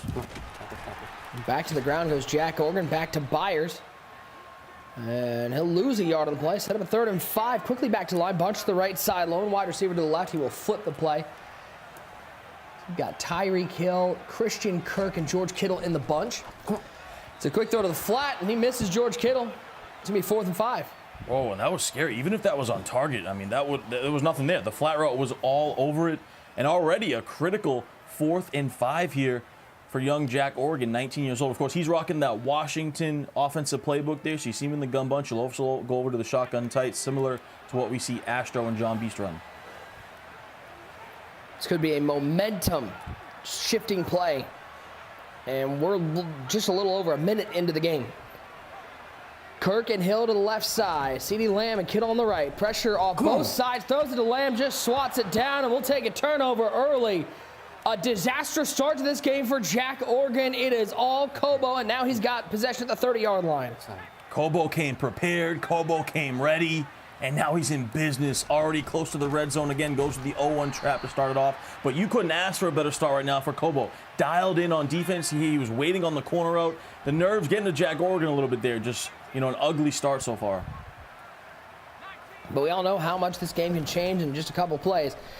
The lefty Brunell back to pass. Tight coverage left side and a great use of freeform. And Kittle hits the accelerator. Went from 0 to 60 in 2.4. Down to the 2-yard line goes George Kittle. Stick work on 1,000 from COBO. Clicks on with a nice user catch and then gets busy with it. Goes backwards, comes back around, fakes out the user, and COBO's cooking with sauce at the 2-yard line. Looks like he was entering the highway on the entrance ramp. Handoff on 1st and goal. Nowhere to go. Trying to get the big fella into the end zone, only pick up a yard. Yeah, look at this backfield. Yeah, that goal line back ability. So you're going to get better blocking here. Expecting to go right back to it. Lele down to the 1 again. Nowhere to go. 3rd and goal for COBO. And if I'm COBO, I'm going right back to it. Same play, and then on 4th and goal, if I don't get it, I'm going right back to it. No, he's going to go tight here. So look for maybe dual crossing routes. No, but he's just going to hand it off to Terrell Davis. He's got enough room to drive a Mack truck into the end zone. Touchdown, COBO. Phenomenal start for COBO. Defense and the offense. He is dialed in. Punches in right there. Just a quick inside zone. Goes a little tempo. Quick snap. He's up 14-0 early. I mean, talk about a dream recovery from a disappointing, I think, first MCS major for COBO. Able to come back in this one, take a 14-0 lead. Davis is going to return this one for Jack Oregon down to the 21-yard line as we take a look one more time at the defensive stop. Just swat that one away like Dikembe Mutombo. And then this was the play that set everything up. Finding George Kittle. Hit goes backwards, goes forwards, and finds the 2-yard line. Yeah, nasty stick work. Going backwards, going forwards, fighting for extra. Gets it down to the 2, and then he was able to punch it in on that inside zone.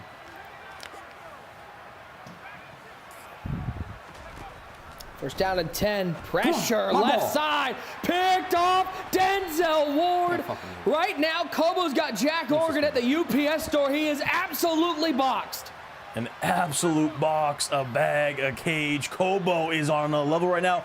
I wonder if Jack Oregon wasn't really prepared for the nickel over, right? Because we haven't seen a lot of the nickel over, and it is just humming and screaming right now at Jack Oregon. He has no answer for it. You can tell he's panicking in the pocket, just throwing the ball so quick, where his routes haven't even really developed. They're not really open, but they haven't even developed, and he's just throwing picks like he's just throwing right to the defender. That's 2 plays in a row, and COBO's going to take advantage of that all day long. Let's bring in Bugs. 14-0 all COBO in this one. How impressive has this start been? It's been a very impressive start, even more so because of the way that the last time we saw him on a live stage, where he just kind of just looked really bad. And now we're starting to see more of the COBO that I'm kind of used to seeing.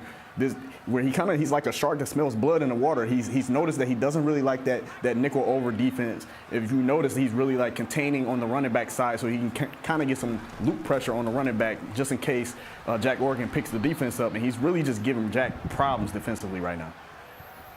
Down to the 7-yard line goes COBO, 14-0. Brunel will move Davis over to the left side. Run game effective so far early, down to the 4-yard line. Yeah, so Jack Oregon's just struggling on all aspects. You see him there too. His user's just off. He's missing on these. He had the gap right there, easy to blow it up, and just completely whiffed and missed. So, you know, I don't know if he's nervous or what's happening, but real struggle to start this game first quarter. Yeah, it looks like COBO's been playing the game still, and Jack Oregon hasn't. Jack Oregon just doesn't look prepared for any of this stuff. Look at Byers breaking tackles. Say it like Taylor Swift. Shake it off, big fella, into the end zone. And Bugs, just like that, could we possibly see in a live final? Is Jack Oregon about to get the message? In an MCS game. He's about to get the message. He's about to get the message. He is most definitely about to get a message. COBO is trying to send a message and make sure he gets the message.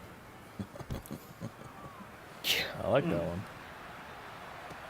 Byers just said off. No thank you. Uh-oh. Davis up the sideline to the 33-yard line. As we take a look one more time at the pick, Denzel Ward just waiting for that one. And then TD closed it off with Byers showing off the strength. Get off me, son. Multiple missed tackles. Lollipop pass right here. I don't know what that was right there for Jack Oregon. I mean, this is brutal. Is he going to get the message? And there it is. There it is. You hate to see it in the live event. Oh, man. Hey, but listen, we saw the Jaguars come back from 27, so nothing's impossible. Oh, never impossible. I mean, there's plenty of time in this game, but I mean, if you're COBO and you see him in that nickel over, he's going to bring his safety down to that weak side gap right there, expecting to keep sending this pressure. I don't know if Jack Oregon's able to handle it. 2nd and 12. Pressure picked up. Could he have an opportunity here? Yes, indeed. He'll find CeeDee Lamb right side for 9. Phenomenal job from Jack Oregon. That's the thing too. He's gonna try to fight through this adversity, but does a great job. Goes to the play action out of tight, blocks his running back, and motions him out for that extra blocking on the line. Phenomenal pickup. He's gonna go right back to it. Brunel 3rd and 3. He's going to take a shot, looking for a big play, but he's not in position. It's picked off by the champ. Champ Bailey back to the 25 to the 30. 35 to the 38-yard line right about. Another interception, another turnover. Paper or plastic, Tyler Davis. He's in a bag. Open up the floodgates. COBO, welcome to the Madden Bowl. He is showing up and showing out right now. 21-0, and he might not even have to pass the ball again. His run game has been phenomenal. Jack Oregon has no answer for it. He's just going to use all this clock right now.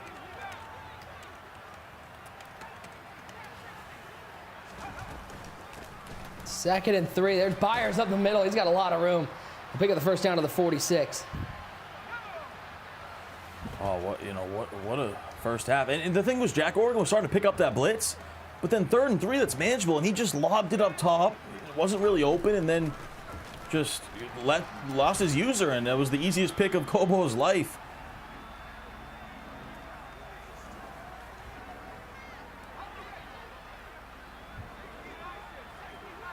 $21-0. Tough start for young 19-year-old Jack Oregon. As another first down for COBO. But boy, you talk about it's two sides of the coin, TD. For Jack Oregon, I mean, this is absolutely brutal. It's a tough way. You hate to see anybody losing like this. But for COBO, bouncing back from what was a tough loss in the first round of the Ultimate Wild Card, you're watching this game and you're going, could COBO make a run at Henry? I mean, you love to see it. He's a crewmate. I mean, you talk about somebody who would know him better than anybody. It's a great point. Anytime you get crew members matched up, you really can't, you never know who's going to win, right? Because they know each other like the back of their hands. And don't get it twisted. COBO, he's 818, but Henry and Pavin are his main two lab partners. So COBO and Henry know each other so well. That's going to be very interesting. He's just come out and dominated this game. Look at this. He hasn't passed the ball on this drive. And Jack Oregon's run committing. Look, he's run committing again. He has no answer for what COBO's doing. He is just so prepared for this game.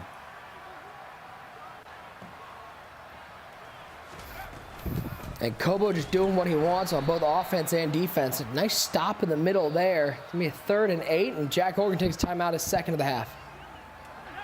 Yeah, this is just so impressive. Expect COBO to finally go to the passing game here so he can convert, keep the drive going, and force Jack Oregon to use more times. No, he's just going to go right back to it. He's content. And he gets 7. It's going to be a 4th and 1. No timeouts left for Jack Oregon. And look at the conservative play. The smart play from COBO could go for it on 4th and 1, but will take his 3 and take the 24-0 lead as it's up and good. And you know what I love the most, though, Nick? He's not second-guessing anything. He is like on a mission right now. He knows, hey, I'm going to run the ball. I don't care. I'm going to take my points. He's going to use his timeouts. You can just see the confidence beaming off him, and just with his style of play right now, he's just so confident in what he's doing, especially on the defensive side of the ball. Take a look one more time at the bomb from Jack Oregon was looking for it. And look at Champ Bailey outpace CeeDee Lamb. Yeah. So, excuse me, this one's mine. Yeah, don't love it there. He's doing a good job picking this up now, but he's got to figure out how to make some good reads. Another tight throw, but Kittle makes the catch and breaks free. Hit him with the spin cycle. He's inside the 35 to the 30. Jack Oregon finally got a big offensive play as Kittle breaks loose for a big gain. He's not dead yet. It's going to be a real tough uphill battle here. And the thing is, too, you got to go for 2. If you score right here, remember, he has no timeouts, so he's got to go quick. Kirk to the 20-yard line. Big tackle. Picks up 8. Clock still running. No timeouts. 20 seconds. Down under 18. Tight slots. Play action pass. Looking, he'll throw this one away. 12 seconds. I mean, you're getting into. You think he needs a touchdown here, but you don't want to go into the half shut out. Yeah, but I mean, really, what does 3 do for you here? I mean, it makes it a smaller 3-score game. Yeah, you probably have to kick the 3 if you get down to it. But I mean, I'm taking a couple shots to the end zone in this spot. They're down at 2. Throws to Byers, makes a hard right turn. Goes out of bounds at the 15, picks up the first down. Yeah, great play call right there. Goes to the table route and uses his stick where it gets out of bounds. So, like I said, Nick, at this point, I might just take 2 shots to the end zone because 3 points really does nothing for you. He's been doing all game. Comes out and bunch audibles to tight slots. Tyreek's on the left side. He's got Tyreek and CeeDee on the left side. Brunell throws it up, and we'll throw this out the back of the end zone. 4 seconds left. You got to think this is where he brings out the field goal unit. Yeah, he's going to do it. He's going to take the points, make it a 3-possession game. It's 3-possession game now, but make it a 21-point game where he needs 3 touchdowns. So that's a big win for COBO, though, in my opinion. Kicks up. It is good. It is a 21-point game with 1 singular second left in the first half. Yeah, Nick, we haven't seen a game this lopsided, dominated in a while. I mean, this is impressive stuff from COBO. Still 10 minutes of action left, so don't change the channel quite yet because you never know what will happen. Again, remember, it's a score as Jack Oregon will get the ball to start the second half. Score, stop, score. All of a sudden, it's a 1-score game. So we're not out of their own possibility, but Jack Oregon's got to find something offensively. Yeah, and the one good thing is he's going to get the ball to start the second half. You know, a wise man over there in the booth. He's got that term, life. Could we see it? I don't know. Does he have a little life? Well, right now he's got a lot of water in his shoes. Everything not coming up Millhouse, 24-3. COBO with a dominant defensive performance, forces 3 turnovers and has a 3-score lead into the second half. Boogs, user, this has been very floody here in the first half. Y'all safe out there? You got your floaties on? Live? Yes, man. You know, in this situation, if he was able to get 6 before half, possibly went for 2, he could have made this a real tight game. But him settling for 3, you're happy to see him get some points on the board. But you look at this situation, we talked about it right before this game started. We knew COBO, last time was his first live event. But we knew he was right there on the cusp. We knew it was plenty of games that he should have won with the win and get in games. And now we're actually getting to see the COBO that all of us are used to seeing in the Discord and online and the ladders. Are you surprised to see this COBO right now? Not at all. I'm not surprised to see this at all because I've seen him play. And so it's like, you know, I just kind of expect people to be who they are. So I've seen him be a really good Madden player in Discord games and, you know, private games and stuff like that. So I expect to see that, you know, even when he's on the live stage and he's doing just that and dominating this game. Yeah, if we go back, Omar, you look at the tape, I mean, really, COBO has been in full control of this. And like Ty said, maybe Oregon was not ready for the nickel formation because that nickel defense was putting a lot of pressure on them with the blitzes, and everybody has been running baseline dollar. You know, second play of the game right here, quick play to the flat, just getting real sticky with it. COBO showing that he's ready for this moment and putting on a dominating performance. Oh yeah, he's dominating right now. And he's really he smelled blood in the water and just went after him play after play after play. And it's really gotten him a big lead. And you see right now, he's in total control of the game, up 21 right now and dominating. And see, he kept sending that nickel and was able to just get pressure and force quick passes because Jack Oregon can't really pick up that blitz, especially when he hits the offensive line. And right here, just pounding them. And it seems like Jack Oregon has just been flustered the whole game. And I really want to see how he's going to approach this because a lot of times when you get that message on the biggest stage there is, Madden Bowl, you hate to see it. Being down by 21 in the first quarter, that could be demoralizing. And we're going to see if he has the heart to fight back to make this game close because he does get the ball. All he really needs is one stop and something fluke, and you never know. I mean, the fact that he was able to get at least 3 points, he was able to get some points on the board, that can do a lot for your confidence. I mean, I've been in those situations where you're just getting your doors blown off and you feel like, oh, it's over. I'm getting embarrassed in front of my mama, everybody. Yeah. But he was able to get points. He gets the ball at half. That's kind of it's not a great position, but it's a position that he can at least feel good about going into half and say, you know what, I can take some confidence out of that. You know what I'm saying? And maybe we can see he pull something off. You're right, because when you say that, it kind of reminds me of that I'm Wild game. One of the reasons why they think you're one of the luckiest Madden players of all time. Like, but you kept fighting. And you never know. Maybe I wasn't taking a shot. Relax, take a breath. Maybe that could be the situation right here. Look, man, I really didn't hear nothing you said. I'm a little uncomfortable with the fact that you got your shirt open like that. Hey, taco meat all out. Don't get upset, man. Your nipples poking out at me. This is crazy. Upset, man. Let's go. Some people do it. You feel me, Nick and Ty? Some people do it. He just mad because he ain't one of them. We'll see you at the end of the game.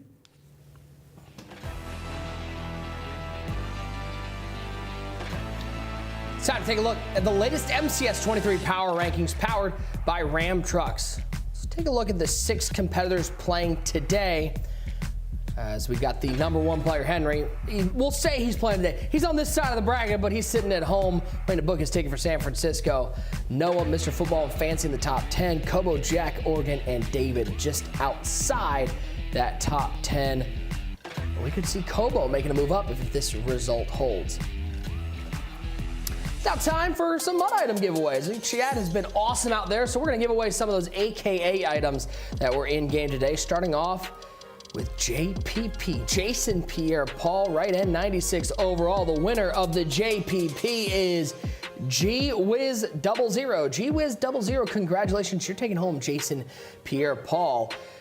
1 giveaway is good, but 2 giveaways is better. Let's double it up. We're going to give away, how do you feel about the Grave Digger? Obviously, you don't want to be in a grave, but you're hoping that this man is on your defense.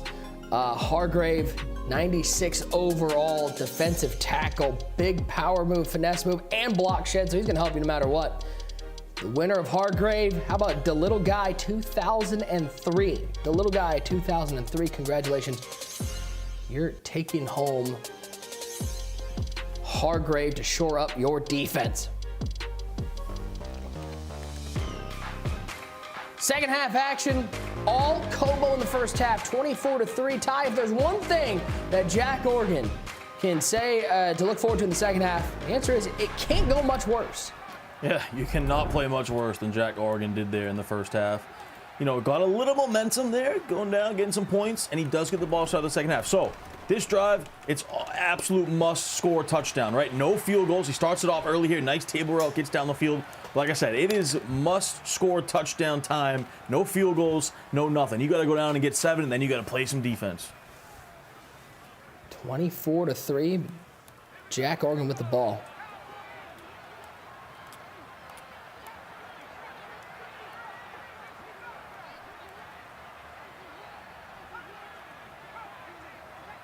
Cheetah and CeeDee Lamb left side, Kittle and Kirk right side. Brunell back to pass on 1st and 10, looking left side. There's George Kittle. Good free form, high throw there, and it's a first down for Jack Oregon. So a lot going on right here. COBO's, you know, he's run this nickel over. Okay, he goes back to the nickel over. So previously he was in the dollar, and I was wondering, oh, maybe he thinks COBO's picking up with this motion block, but he's really struggled against it passing. So, but now he goes right back to the nickel over, which has been giving Jack trouble in the first half. Brunell on 1st and 10. Jack Oregon looks left side. He finds George Kittle once again. That has been his go-to receiver in this game, and Kittle's come up big for him. Yeah, and he's really found a way to pick up this nickel over, you know, extreme heat, right? Motion over, he goes to the play action, blocks the running back, motions him out, sets up his hot routes.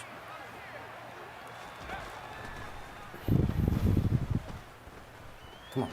Jack Oregon might have triangle right side, but the pressure gets there. The milkman, J.J. Watt with the sack, drops him for 17. Phenomenal user right there from COBO. He basically took away 2 routes on the left side with his user. And there's the pressure once again, getting after Jack Oregon. COBO absolutely screaming. Yeah, he is. And this is the issue with Jack Oregon's offense, right? To pick up this blitz, you got to kind of motion your running back. You can't really quick hike because it comes in so fast versus the shotgun tight. So he's got to continuously keep going to that running back blocking, but it delays his offense a little bit where it allows COBO to set up his whole entire defense. 24-3, 3rd and 27. Over the middle, he finds Kittle. Call me Dr. Seuss, 4th and 10. And that time it didn't matter. He sent him over to the block to the left. It screamed off the right edge, and this could be your ball game here. Must go for it territory right now for Jack Oregon. 4th and 10. Needs this to stay alive. Looking over the middle, he finds CeeDee Lamb on the crossing route to the 9-yard line. And that's how you cook right there. He's going to go tempo. He motioned the block, the running back to the left. He ID'd the defensive end on the right. Phenomenal job to pick it up. Sat in the pocket, threw a laser. That one will go through the goalpost. Doesn't count as points for that one, but a nice throw from Brunell as he's able to avoid the pressure. 2nd down and goal from the 9-yard line. Crucial drive here. He's already used 4 minutes of clock tie. You got to start wondering, does he have enough time to come back? That's a great point. Now COBO goes to the 3-3-5 wide, so he's really switching up his defenses. Good defense. Thought he was going to throw it left side, instead of throw it away. Impressed by COBO's ability to lock down defensively, really keeping everybody in front of him. Yeah, he's done a phenomenal job, and it really tightens up here down the red zone, right? Once again, though, it's 4-down territory. There's no field goals allowed right now for Jack. See what he cooks up. He's going to go bunch here. We haven't seen him a lot in bunch. Look for those, the halfback wheel, maybe an angle route from the tight end or a slant post combo. Picked up nicely over the middle. He finds Tyreek Hill. He'll get 3, but still going to set up a 4th and goal.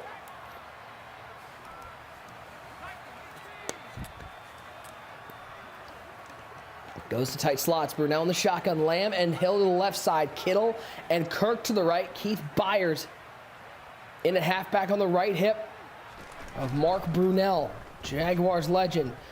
Steps left, throws right into about 4 coverages, throws it, batted down, all bad. We're going the other way. COBO with another defensive stop.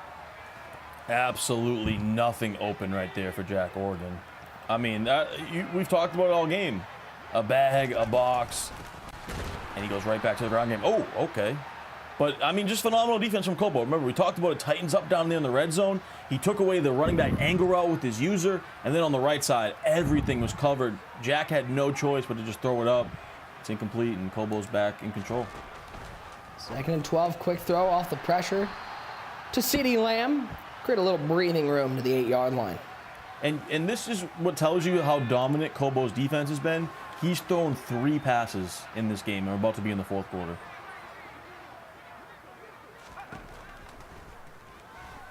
Stepping up is Brunell, and Jack Oregon's defense steps up a little bit. Probably going to force him into a punt. Yep, COBO going to punt this one away, so Jack Oregon stays alive a little longer. Going to take this to the end of the 3rd here. And, you know, Jack Oregon, he's played better here in the 2nd half, obviously, but just I think it's going to be a little bit too late for him.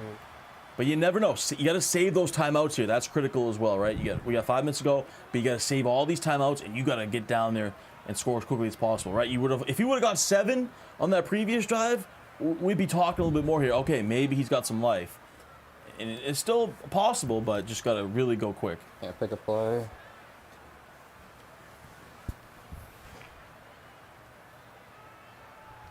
We'll go to the 4th quarter, 24-3 the score.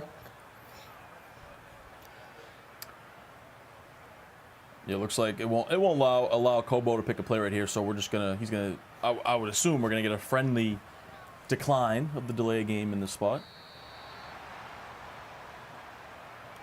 And there it is. Indeed, and big shout out to our tournament ops team for communicating that to the players and making sure they know to decline that one. As we'll punt this one away. Jamie Gillian, the Scottish Hammer, boots this one. Don't get to call too many punters here in Madden 23, so it's always nice when you get to give some shout out to the special teams as Jack Oregon returns it to the 43-yard line. The Scottish Hammer. I like it. So here we go. Jack Oregon is down a lot here. Still time. I think he needs like a big play touchdown, right, to really get it going. And you got to get it quickly because you get down the red zone, it gets really tough. So look for him to go something deep here and try to get, something quick. Reminder, guys, please share your feedback on tonight's show by filling out our broadcast survey. The link to the survey will appear in chat throughout the night. You can be accessed by clicking the share feedback banner at the bottom of our Twitch page. Nice spin move from Kittle. Certainly appreciate everybody that fills out that survey. And again, one more reminder for those looking for it, the Derwin James 3 MCS token set is expected to be available in-game tomorrow. So look for that tomorrow, along with that Good Morning Madden coming up at 10:30 a.m., where you'll get the rest of the weekly wild card reveals. We revealed that Isaiah Hodgins earlier, as it is clear that Jack Oregon's spin button is working effectively. That's about one of the only things that's gone right for him. He might have one of the best spin moves we've seen, though. That thing's nasty.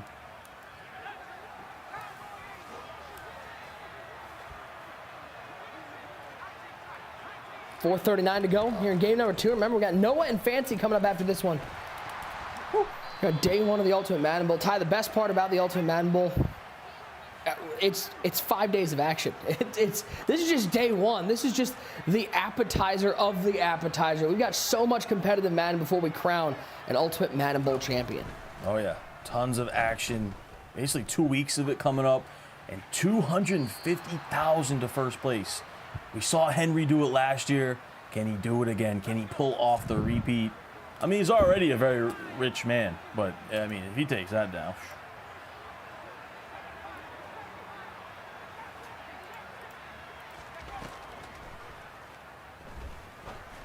Pick it.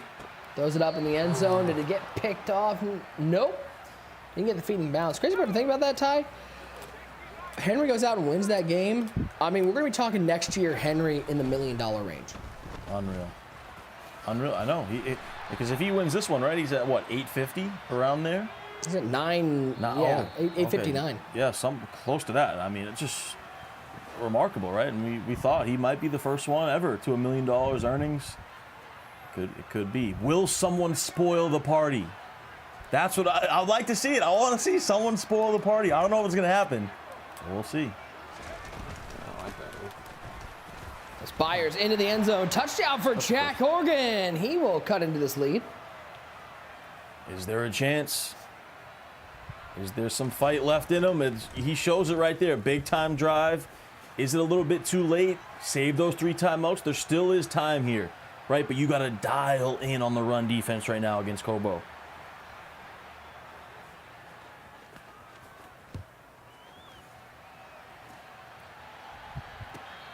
That will go into the end zone for a touchback. 24-10 our score. Hey guys, head on over to Twitter at EA Madden NFL_MCS for Madden Championship Series. Twitter.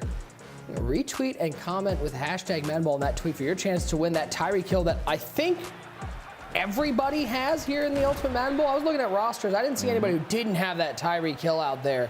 That AKA Cheetah. Big piece of these Madden Bowl rosters. No doubt about it. I think the best receiver in the game right now. You see guys rocking him with the short in elite ability. Some guys have him with the short out elite ability. Some guys having him with both out there. So, an absolute weapon for these offenses.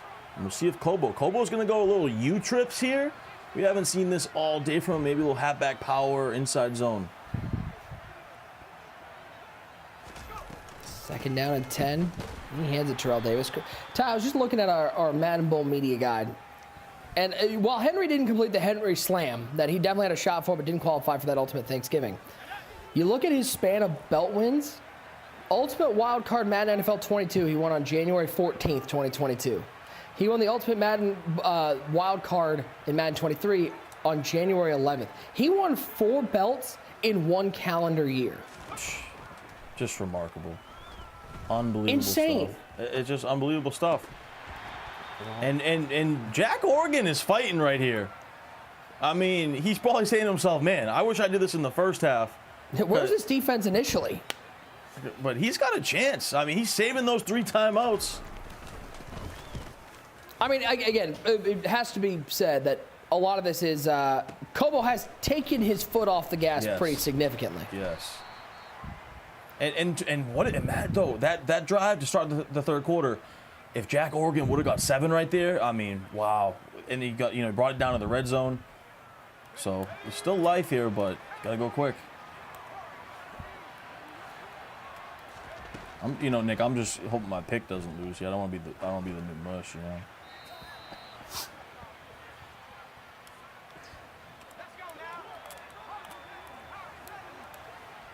I'll never 24-10. Deep pass. He's got Cheetah open left side of the 35. Gets up and keeps going to the 23-yard line. We have a little bit of life here from Jack Oregon. You can see the disappointment because he knows, he's like, oh man, why didn't I do this in the first half? Because he's starting to feel it. The confidence is growing. He's throwing dots. Kobo's kind of mixed up his defense. Isn't sure what to do. 1st and 10 for Jack Oregon. Finding Tyreek once again. Fighting into the end zone. It's a 1-score game. Jack Oregon trying to complete one of the biggest comebacks we've ever seen in Madden Championship history. From 24-0 down, it is back to 24-16. Extra point up and good. 7-point game. All 3 timeouts left for Jack Oregon. Are we going to have a little Jaguars-Chargers AFC wild card from a few weeks ago happen here? Jack Oregon fighting for his life right now. No quit in the young 19-year-old. Wow, what a drive. As we take a look one more time at the big pass that set this all up, is Tyreek Hill left side. Gets up around Ronnie Lott, and then Tyreek Hill fights the end zone. We got to bring in the whole crew. User, Bugs, welcome on in. I just need User one time. Give me a little bit of that life, because he's got life. Life? Let me tell you, like you said, COBO has took his foot off the gas, and that's one of the hardest things to do. But never mind. You can turn it right back on when you want it. Not like this. The comeback was afoot, and George Kittle stepped on it like an ant in your kitchen. 24-17. He might have just sealed this one up. Yeah, Nick. Thanks for coming in, guys. Appreciate you. Yeah, good to see y'all. I think we're gonna go back where we were. We're just gonna sit down. Stood up for 1 second. As there's buyers up on the counter play. So, man. I mean, it made it close. 24-17 TD, but looks like COBO is going to escape, but it looked exciting for a second there. Yeah, it gave us a little bit of drama, a little bit of excitement. You got to respect the fight from Jack, but just, a little too late. I mean, way too late, to be honest. COBO just completely dominated that first half. And it sets up, Nick, for an 8-1-8 matchup live and in person. COBO, Henry, we talked about it, those crew matchups, always difficult. Always the interesting one, Ty, because we haven't been there in a while. The interesting one is always, who do they lab with the night before? Because a lot of these guys, they'll have another crew member there they're going to lab with, but will these guys, who are they going to bring somebody else down? Do they have somebody else there that they're going to just partner up with while they're in San Francisco? It's going to be interesting to see, but COBO, man, oh man, was this maybe a little more exciting at the end than it needed to be, but a dominant win for 3.5 quarters, and COBO is on to San Francisco. Yeah, and you couldn't play a better first half, right? I think he threw less than 6 passes the entire game, just relied on that defense. JACKOREGON figured it out in the second half, but a little bit too late, and COBO advances to face King Henry. 24-17, the final score. It was 21-0 after one. A valiant fight from JACKOREGON, and it should be said for JACKOREGON, just 19 years old, out of the University of Oregon, TD. This is somebody who is obviously going to be, I think, a part of the MCS for years to come. Shows one of the good young talents here in competitive Madden. Yeah, and you technically would consider JACKOREGON this probably his rookie season, and I would say if we had a rookie of the year, he's probably in the discussion, right? Phenomenal rookie season, really made a name for himself on the big stage. You know, not the game he wanted to come out playing this game, but showed that he has heart. He showed that he has fight in that second half. You'd love to see that, but COBO just too much, too early, played phenomenal defense. You can tell COBO was very prepared for this game, and it paid off. Yeah, you got to think for a guy like Henry, who earned that bye through his performance this year, there's something that he had to sit there and look at the bracket and go, man, I cannot believe that my reward for this bye is going to possibly be playing my crewmate in literally the first round that I get to play. That is going to be, people are looking at that, know how good Henry is. It's no disrespect to Henry. It's how tough crew versus crew matchups are. Yeah, no doubt about it. And you wonder, was Henry rooting for his guy? Was he rooting against him so he didn't have to play him? Always an interesting dynamic. Are these guys going to go out to dinner the night before? Are they even going to talk to each other when you're getting prepared? Like, you don't know what to expect in that situation. We've seen it a million times in years past. You know, COBO could pull the upset here because he knows Henry so well. So it's going to be a great matchup out in San Francisco. Well, let's find out. Let's bring in the man who is on to San Francisco, 818's COBO. Congratulations, my friend. Big win over JACKOREGON to get to San Francisco next week. Talk to me about the importance it was for you to start off strong. You got up 21-0 early, and it was your defense that set the tone. It was just important because I didn't really have to pass, and passing, you can make the most mistakes. I think I only had like five attempts, so it just really let me play mistake-free football, and I was able to just get out of it without really having to do much. COBO, congrats, man. Big win. You got a quick trip out there to San Francisco next week. Just talk about how it feels going to your first in-person live event, and then also, you know, that dynamic, having to go up against your crew member in Henry. Definitely nervous for it. You know, I'm used to just being in my room. I'm all comfortable. Now it's about to be in person, but you know, I feel confident. And then playing Henry, we both know each other pretty well. We both know each other what we're gonna run. So I mean, I think it'll be a good matchup, and I think like if I could pull up the upset, it'll be like very big for me. Well, don't worry. Ty and I will be there. We'll show you all the good restaurants to go to in Redwood City. We'll let you know the places to get warmed up. So nothing to be nervous about. Enjoy the win, and we will see you next week in San Francisco. What a game two it was here from the Ultimate Madden Bowl presented by PS5. We've still got one more game to go. We'll have highlights and talk about our main event coming up on the backside of this break.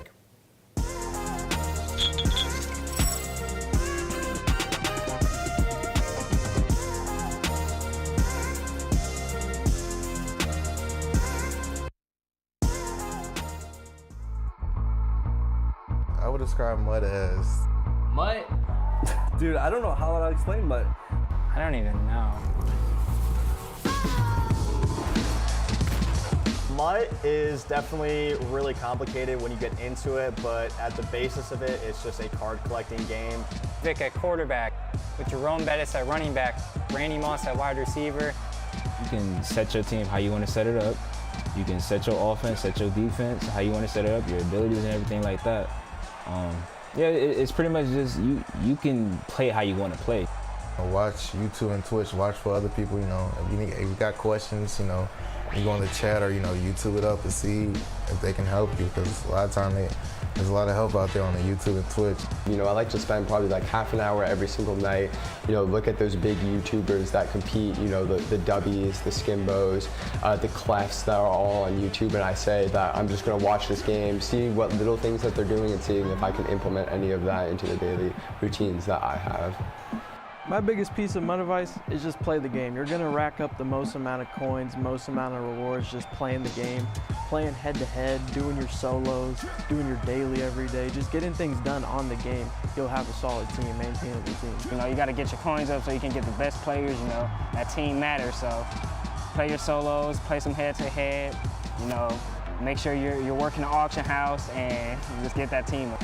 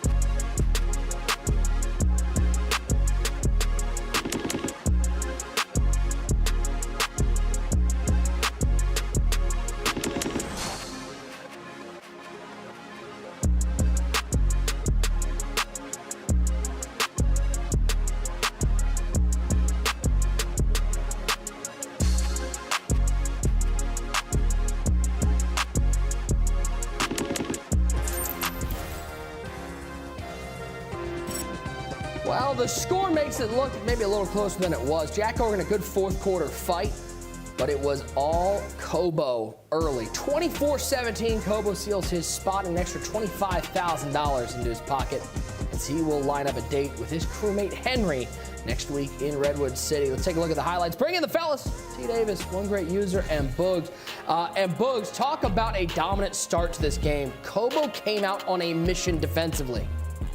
Oh yeah, came out on a mission defensively, and his first pass of the game really just turned out to be a quick score. And then you see him just screaming out that nickel normal. He was just hitting the line and just getting instant pressure and causing turnovers early against Jack Oregon. Yeah, and user, the impressive part about this for COBO wasn't just how he was able to get pressure. It was he was getting pressure out of multiple formations. We saw nickel normal, we saw the B-Nog, we saw a little bit of everything, and it seemed to throw Jack Oregon for a loop. To put it simple, Nick, COBO was prepared. He came out here, he was prepared for anything, and Jack Oregon just didn't seem like he was ready for this moment. He wasn't ready for the stage, to be honest, because, you know, when you're playing the Madden Bowl, it's inexcusable to come out here, first quarter, be down 21, getting the message, do you still want to play the game? It's 250,000 up, $1 million total. Do you still want to play the game? You got to come out here and play better than that, especially, you know, the way he's been playing all year. You expect him to be up for this game. You cannot come out here throwing turnovers, you know, just putting yourself in bad situations. Because if you're going to give an opponent, no matter who you're playing, you could have been playing COBO, you could have been playing the janitor or the bus driver. At the end of the day, you cannot give an opponent short field advantage and expect not to pay for it time and time again. Right here, 2nd and 4, get quick snap. You got a chance to actually make this game something, and before you know it, you're right back out of it. You got to be prepared for these situations. You're fighting hard to put yourself back in this ball game, and it just seems like he just could not get himself ready. He was quick snap. His offense didn't look like it was ready, and his defense was not ready the whole game. Yeah, Ty, it was a good fight from Jack Oregon. It's easy when you're down 24-0 to just give up and lay down, but Jack Oregon was out here fighting for that spot, hoping to make a comeback, just came up short at the end. Yeah, and he looked pretty good in the second half. I mean, he hung around. He started to figure out what COBO was doing on defense. You got COBO switching up his defenses because Jack Oregon got comfortable, but just, you know, too little, too late. And he wishes he played like that in the first half. You could basically see that on his face. But great first year for Jack Oregon, no doubt about it. He'll be back for sure. Let's take a look at our updated bracket as we are 2 games into the Ultimate Madden Bowl presented by PS5. We see where we stand. David T going to be waiting for the winner of this upcoming matchup between Noah and Fancy. Henry, he knows who he's playing. He's going to have to set up for his crewmate COBO in the live quarterfinals in San Francisco. As we mentioned, COBO will be taking on Henry in the first live event in 3 years. Just because Henry isn't competing today, his presence looms large on this side of the bracket. Before the dust settles, let's take a look at the GOAT's top winning moments. Are we talking about Henry as the greatest MCS player of all time? We might be. Wear your crown, King Henry, Madden 22 Ultimate Wild Card Champion. It's about time. Henry has gone back to back. He is your Ultimate Madden Bowl champion. This is the first kid to 500,000. I think he'd be the first to 1 million. Radical, dude. 3 straight built for these belts. I think as of right now, I definitely deserve the title of the best. Touchdown, man! Come on, man! He is a 5-time MCS champion. Bow down to your king. Greatest of all time.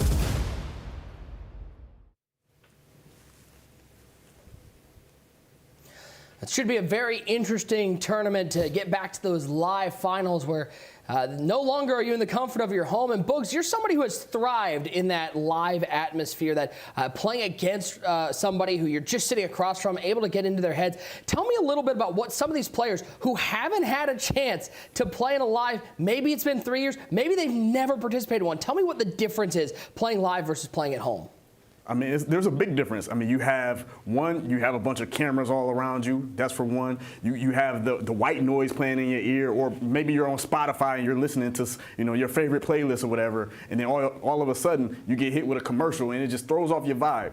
Or you're not waking up in your own bed and you're in a hotel. You know, maybe you wake up in a hotel like one time I did, and I had bed bugs and I had, you know, bites all over me. Like, you just never know what's gonna happen. Like, seriously, like it's happened before. Those kind of things really throw you off, and it kind of really throws your routine off, all that. Yeah, and Ty, I think that's a great point from Boogs. It's not just the atmosphere playing the game, it's your routine. You're no longer getting up in your own bed. You're no longer having your own place to play in. You're in a hotel. You had to fly to San Francisco, and some of these guys will be making a long trek out to the Redwood studios. Yeah, and some of these guys, it's their first ever trip maybe across the country. We just heard COBO say he's a little bit nervous. His first ever live event. You're not in your pajamas, right? Your mom's not cooking for you downstairs, right? There's a lot of aspects of it where you're uncomfortable. You're not in your usual routine, the stuff you're comfortable with. You got to go out there and you got to grind. You got to get it. You got the guy capping at you. Like Boog said, you got the cameras all over you. You got people telling you when to take a timeout. All types of aspects go into it. You got to be prepared for anything. It definitely takes experience to get to that point. So it's going to be a big learning lesson for these guys. We'll see how they react. Yeah, user, the important question as we get returned to the live, talk about the man who's won 5 belts at this point, 4 individual belts. Henry's only played in 3 true in-person live events. He did make the final of the Madden Classic back in 20, but all of his belts have been at home. The question is Henry a little bit of a bubble champion like the Lakers were, or at least does the sheer number of times he's been able to win sort of wash out that argument? I mean, Henry has put on, I think this performance that he's done over the past year, it will never happen again. But you also hear the chatters of people trying to compare his run to the Lakers bubble run. Say, hey, man, he's a bubble champion. He's done all this at home. And I'm going to be honest with you. In my opinion, Henry was dominant before we went home. But I understand why people could say that, because, you know, people always try to find a little chink in your armor. When you see at the mountaintop, guess what? People still going to throw stones up there to try to see what weaknesses you have. And when we go to Redwood next week, the week after, he's going to have to show us that not only can he get it done online, but he can get it done offline. Like before, his very first tournament, he made it live. He made it to the championship. Even though he lost, he still showed that he was ready for that moment, but he couldn't get it quite all the way done. And, you know, me and Boog sat back and talked to some of the players this week, and we wanted to ask that same question, Nick. How do you feel about Henry's run? Do you feel it was, you know, a bubble champion? Do you feel like Henry's going to be just as dominant online as he is off? I mean, offline as he is on.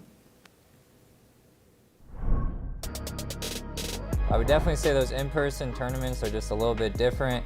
I'm actually the only person that's ever won both an in-person tournament and an online tournament, so like, I feel like I can thrive in both of them, but I definitely prefer the in-person, and I feel like a lot of the people nowadays that are playing, I mean, I think out of the 14 people that are playing in this tournament, I think me, Henry, Clef, and Wesley are like the only people that really played like in those live events. I think this tournament will be back to the old school Madden that we had in Madden 20 and prior. I do think the live events, it's just different environment, different. It's definitely different than online, you know. It's like, you know, Henry, you know, he been a homebody his whole life, you know. He ain't really, you know, been outside like that, you feel me? I gotta say it, Henry a little better online than he was in person. Like it just is what it is, you know. You gotta see if he's really built in person, you know, because it's a little different when, you know, sitting next to your opponent. what he's done in the sport isn't fathomable. Like, no one thought someone would win 2 belts in the same year. He's done that back-to-back years.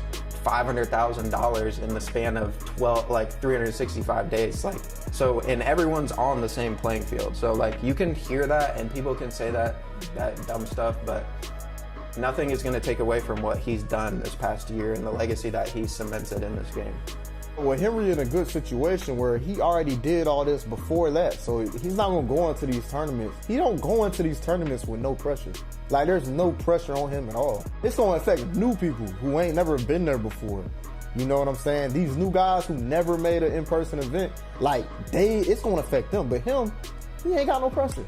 You know what I'm saying? That's like saying Skimbo is going to feel pressure at a live event. Dudes got their belts. Like, there's no added pressure. It's house money. Like, you stop playing the game today, you the greatest to play. You know what I'm saying? So I don't agree with that. Boogs, I feel like, you know, we're in the same age bracket. We're sitting here. You hear a lot of these young guys. I get it. It's bravado. They want to sit here and they want to talk their trash. But can we just point this out? If it was so easy to win lives at home, wouldn't somebody else have won one in the last couple of years? I mean, are we just being these players being wildly disrespectful to what Henry did? I think Kiv hit the nail on the head. Nobody's ever done what he's done. I don't care if it's at home. I don't care if it's in person. I don't care if it's at his grandma's house. Nobody else has been able to do it. Yeah, I mean, you're right. And, you know, Henry, it's wildly disrespectful to think that he can't do it live. I mean, at this point, the kid has unlimited confidence. He walks into every game knowing and feeling like, you know what, can't nobody in the world beat me. And that confidence is way more valuable than any of this other stuff that people are talking about. So, and a lot of the people that said stuff about him not being able to do it live hasn't done it live either. So really, what can they say? I mean, but Nick, listen. You need them Pat Beverleys in the league, man. You need them guys who gonna disrespect LeBron and the Russell Westbrooks and say, you know what, even though he did all that, I still don't like it. I still don't respect it. And that's what makes the league, any league you play in, great, because people always say you gotta earn it and prove it every Sunday. Yeah, User makes a good point, guys. But listen, Henry's the GOAT. There's no doubt about it. But he has to do it in person just one time. We got to see it one time, right? Because it is a different beast. It's a different animal. And no one's taking anything away from Henry, right? I don't think anyone's taking anything away from him. We know what he is. We know who he is, what he's done. But just to really cement himself, I think you just got to, I don't know. I think he's got to take one down in person. But I think he can do it. There's no doubt about that. Here's all I'm saying. Henry played in 3 live in-person tournaments before we went to this at-home atmosphere. He made 1 final, and he did it at 16 years old. I dare you to find somebody else who has done that, okay? I feel like this is a ridiculous conversation. Henry, I got your back. Ignore everybody else. I got your back. We got game number 3 coming up. The main event of the evening. We got Noah taking on Fancy and Ty. Fancy had to fight through the LCQ. You got to think that gives him a little extra motivation here against Noah. Oh, yeah, what a main event this is. Noah arguably might be the favorite. Him and Henry, I think, are the two, which we could potentially see in the Final Four in person, which would be amazing. And then Fancy, obviously the hottest player. Him and Kiv right now had to go through those gauntlets just to get here. So this is going to be a fantastic main event, and it's going to be a real chess match, clash of styles. Because remember, we got the Quad Father coming out. This is what we're going to see. If Noah uses the Quad Father right, and can Fancy slow it down? Well, let's get our predictions for this final game of day number 1 of the Ultimate Madden Bowl presented by PS5. Ty, starting with you, will the Quad Father and Noah get the win? Or will one of our LCQ champs, Fancy, find his way to San Francisco? Oh, yeah, this is so tough. This is so tough. And I think if we were in person, Noah would be like the landslide easy answer. I think Fancy is so good online. But I just think Noah's a different animal, different beast. He's got A.J. Dillon, that Quad Father, in the backfield. I think he's going to control the clock. And I think Noah gets it done, but a really close game. Boogs, I'm going to go to you next because I just want a straight answer, okay? I throw it to Ty and User, and there's all these hums and he's and haws, and ooh, this is so tough. Boogs will give me a straight answer. Who's taking home this win? It's like, no, I'm going to go with all right, never mind. Got it.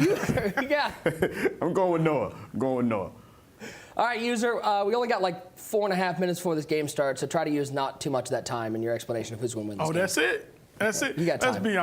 Let's be honest. Ty really looked up with his pick right here. I thought he was going to go Fancy and come out 0-3 today, but he's going with Noah. And like we said, we haven't seen the Quad Father. A lot of these guys are doubters and passers, so they're like, you know what, I'm not really going to bring them out. One thing about it, I feel like Noah gonna bring out the quad father. The community might not like it. You might say he's playing a nasty game of football, but guess what? This is what Noah is. He's down and dirty. He plays hard-nosed football. He's very balanced. He has great pass. He has great defense, period. One of the top defensive players in this MCS era. And all he has to do is run the ball and control the clock. And I tell you, this game where it's at right now, it fits Noah perfectly. Yes, Fancy is the LCQ winner. He is the hottest guy on the street. You got to show respect to that. But understand just where this game is right now, I believe it fits Noah better, especially if he comes out here with the quad father. I'm going with the two-time. Should be a fantastic battle to close out day number 1. We'll catch up with User and Boogs at halftime. But we got a game to get to. Noah and Fancy. Take a look at our tail of the tape. Size up this heavyweight battle in game number 3 of day number 1. Ty, you look at it, very even numbers. Fancy had to go through a little extra to get here through the LCQ. Noah looking for another belt. Two of the best in the sport going one-on-one right now. I cannot wait for this one. Clash of styles, and we're about to kick it off now. Let's kick off our final game of the day. Shout out to everybody watching on the EA Madden NFL Twitch and YouTube, across all the watch parties, wherever you're tuning in. We appreciate it.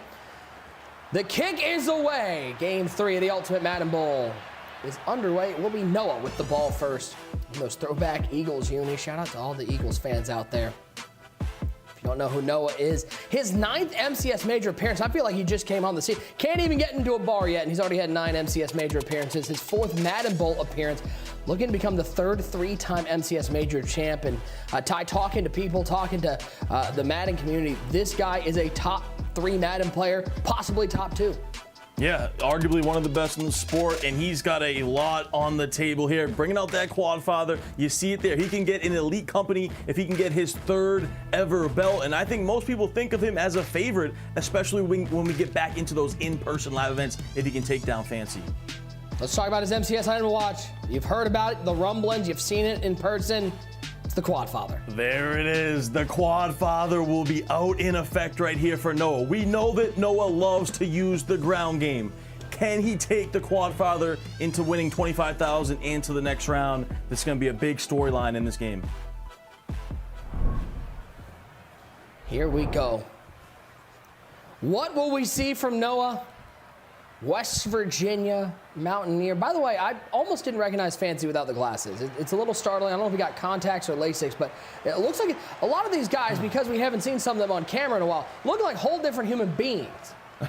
Yeah, it has been a while since we've seen a couple of these guys, but this is a heavyweight battle, chat. Now, you see AJ Dillon, the X Factor is already activated. Now, with Fancy's defense, well, and we'll get to it when we see his items to watch, but he knew, as you see the quad father getting busy early, but Fancy knew the quad father was coming out, so he invested on his defense. He has 3 tackle supremes and 2 secure tacklers. Obviously, those abilities we haven't seen all year long. We haven't seen those abilities since back in Madden 20. So crazy stuff going on, big storylines here. Can Fancy slow down AJ Dillon? 6 foot, 247 out of Boston College. I think you're gonna get a steady dose of this.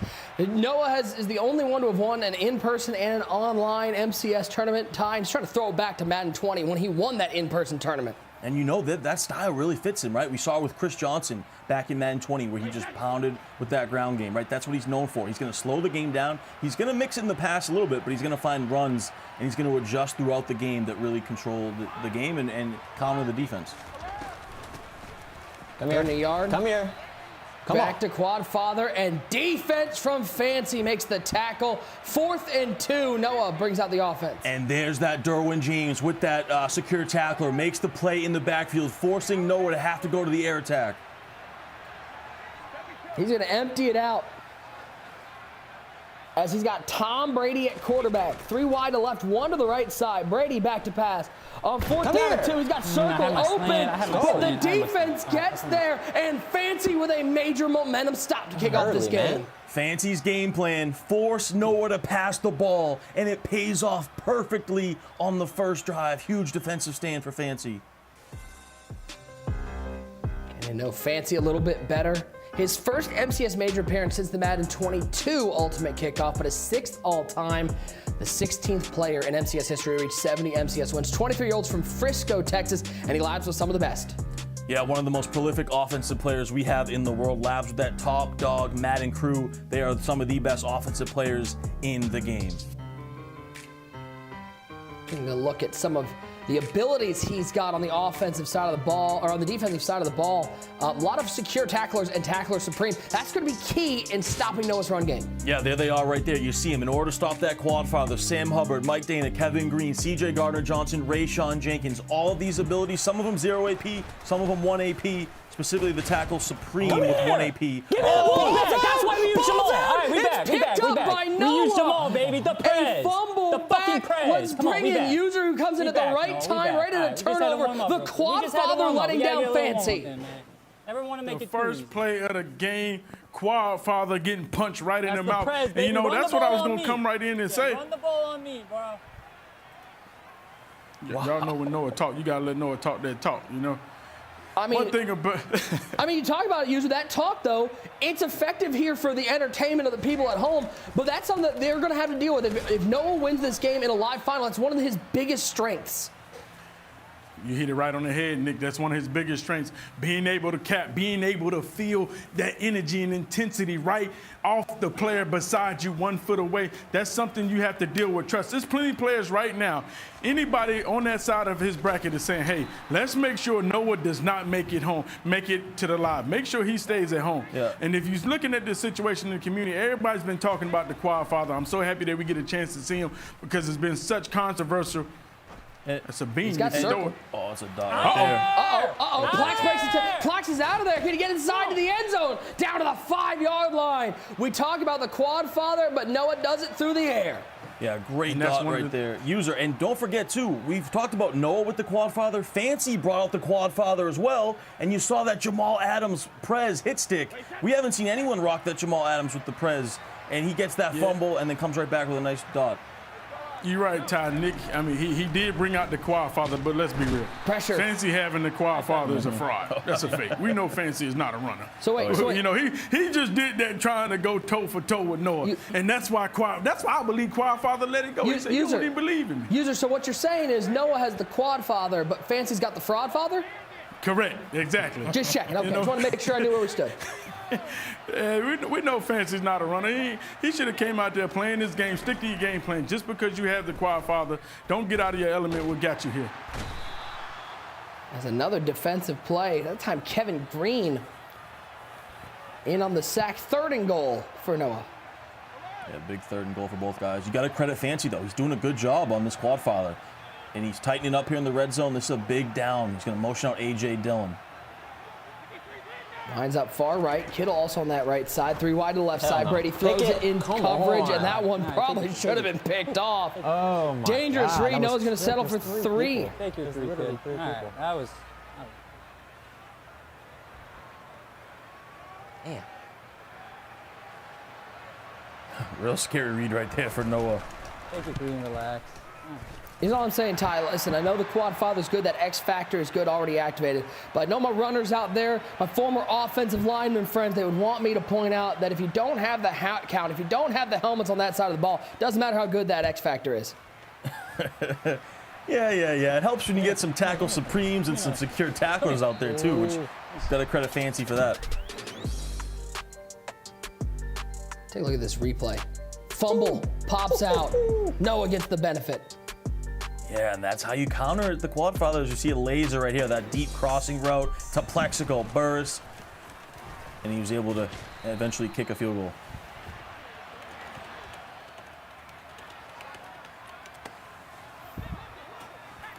$3-0 our score. Wild opening quarter here in game number 3.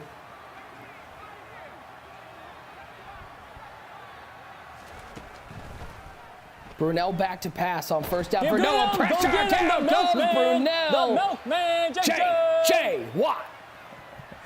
And you hear Noah yelling out the milkman on that defensive line. So he's got his Prez activated and his milkman activated. And they stay in the zone a little bit longer with these X-Factor abilities. So Noah doing a great job game planning, building his roster perfectly. He'll split Kittle off the line. Brunel throws it right side. He finds Herman Moore. First time we've seen Herman Moore today, as that'll take us to the end of one. 3-0 the score. Noah with the lead. Great dot right there. And, you know, back in the last chance qualifier, you know, Fancy's winning get-in game was against Free the Penguins, who, by the way, took down Bugs. You know, I hate to bring up a sour subject, Bugs, but Fancy took down Free the Penguins. JJ! And who's that? JJ! The Milkman delivers once again. And it's a big down. Fancy dominated Free the Penguins in his winning get-in game, but he is struggling right here. Let's see if he can dial one up on 4th and 12. 4th and 12. Brunel back to pass. Deep down the seam to Hell Moore. no, that's bad. Knocks That's it free. bad. Turnover on downs. Go get Noah's 7, defense kid. stands tall. Go get 7. Come on. It's a fucking cage. And what do we know Noah's known for? He is known for his defense, and he's known to yell and scream a little bit, but his defense, phenomenal. It has Fancy in an absolute bag. You know he's been prepared. You know that Fancy wanted to run this tight offset, and Noah playing phenomenal defense early. Oh, my God. Get out of the way. Quadfather back to work, only getting 2. 6 carries, 16 yards. Probably not what Noah was hoping for. No, he's not. But I do like this. You can tell he's been in the lab, in practice mode, trying things out. He's going to I-form Power O, which I do believe can have success versus that nickel 3-3 and 3-3-5 wide formation. But so far, Fancy doing a good job holding him steady. Back to pass goes Noah once again on 2nd down. Rolling right with Brady, throwing right. CeeDee Lamb's got nobody around him. I think you and me were the closest guys to defending him, TD. Down to the 10-yard line. Great dot right there. Absolutely wide open, like you said. Little quick crossing route. Noah's in business. Dot, dot, dot, Got Kittle. dot, dot, Open, dot, dot, back dot, corner. dot, dot, dot. One more stop. No, one more stop. One more stop and it's floods. It's floods. No, one more stop and it's floods. Come on. One more stop and it's Looking floods. like a Pac-Man I board need with all the Jamal. I need dots another Noah just fumble. shouted I'm gonna be out. honest Kicks with up, you. it's I need good. another 10-0. fumble. You're not doing enough. You're not doing enough, President. You're not doing enough, Prez. Honestly, give me a fumble right here. Come on, Terrell. Come on, Terrell. And Drop look the at ball. the opposite ball, body dude. Drop the ball. languages. Noah's capping, he's getting loud, he's on the edge of his seat, he's grooving, he's feeling confident, and Fancy is as quiet as a mouse right now. He's shook. The defensive stop one more time, trying to find Herman Moore. Can't do it. And then on the other way, George Kittle, open, end zone, easy score. Yeah, wide open. Routes him on that man-to-man coverage. Noah going up 10-0. So big drive here for Fancy. Got to be able to bounce back. Like we said, he's in that New Orleans offensive playbook, this gun-tight offset formation, which is such a good formation. And Fancy, you know, he's usually known for his trips offense, but he has really started to get comfortable with this tight, and he's looked great with it so far this year, especially in that last chance qualifier tournament. 1st and 10 for Fancy. Ty, it's safe to say, needs points here. I think a touchdown really needed. Yeah, really. Honestly, just a couple big plays. Like just getting, plus field position is really what he needs to get the confidence, get the momentum going. You know, Fancy known as an offensive player. Got to get in the groove. Pick, come on, man. Pressured. I'm just saying, whoever has to play Noah at the live, if he wins this game, not going to have a good time. Oh yeah, that's gonna be fun to watch. Fancy tried to set up the deep bomb there, streak with the skinny post. He might have had him, but just the pressure was there. Nice find to A.J. Dillon, the 41-yard line. A quick dump off to the quad father, and Fancy's in business nearing midfield. Yeah, and back to your point though, Nick, if Noah does advance here, gets to the live, we have all that talk, rightfully so, about Henry being the favorite. But, it's hard to argue against Noah being the favorite in that live event atmosphere, right? Just been there, done that. Remember, has a belt both online and in person. Also do want to mention Clef and Kiv on that right side of the bracket as well, because they have that in-person experience also.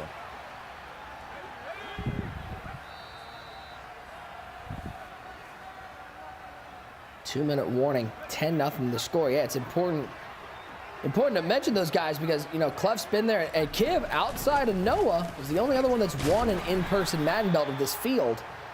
And I feel like that sort of veteran presence, he's got to get through his first-round game tomorrow, but if he's able to get there, it's hard for me to not think of Noah as think of Kiv as one of the favorites. Yeah, and by the way, that is our main event tomorrow night. You talk about main events. Two of the all-time greats. Of course, we'll talk about it later. But Kiv and Clef tomorrow night going to be unreal. And finds CeeDee Lamb down to the 15 to the 14-yard line, and Fancy knocking on the door. And Fancy starting to cook, right? Starting to get comfortable. This is what we wanted to see, right? Get the momentum going, get the groove going, get a couple completions. He's in plus territory, tightens up in the red zone. We'll see if he's been in the lab for his red zone offense, but this is how you bounce back. Great job right now.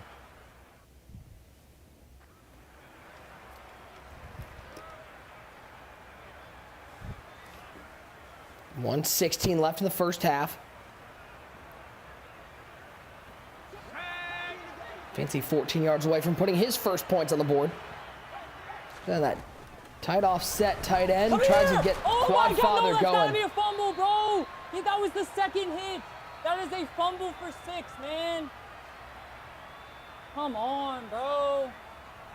So Noah looking for even more fumbles. Yeah, so you see what Noah's saying. His X factor's lit up. So if he gets a user hit stick with that Jamal Adams, it usually results in a fumble. He didn't get it right there. That's why he's pretty upset about it.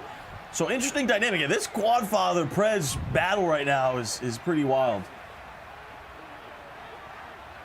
Quadfather motions over to the left side.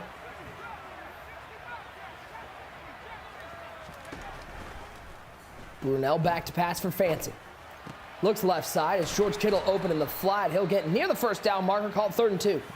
Love the route combo. Halfback wheel flat combo with a post. Just hits his check down, tight end flat, picks up what the defense gives him. Gets himself into a manageable 3rd and 2. Will he just go back to the ground game? The Green Bay Packer, A.J. Dillon. He does indeed. No need to power through any tackles there. He's going to walk his way into the end zone. Touchdown for Fancy. What a response from Fancy right there. And we talked so much about Noah's Quadfather. User was kind of throwing shade on Fancy's Quadfather, but right there it pays off. He goes down the field with a bunch of dots and punches it in with A.J. Dillon to make this a game.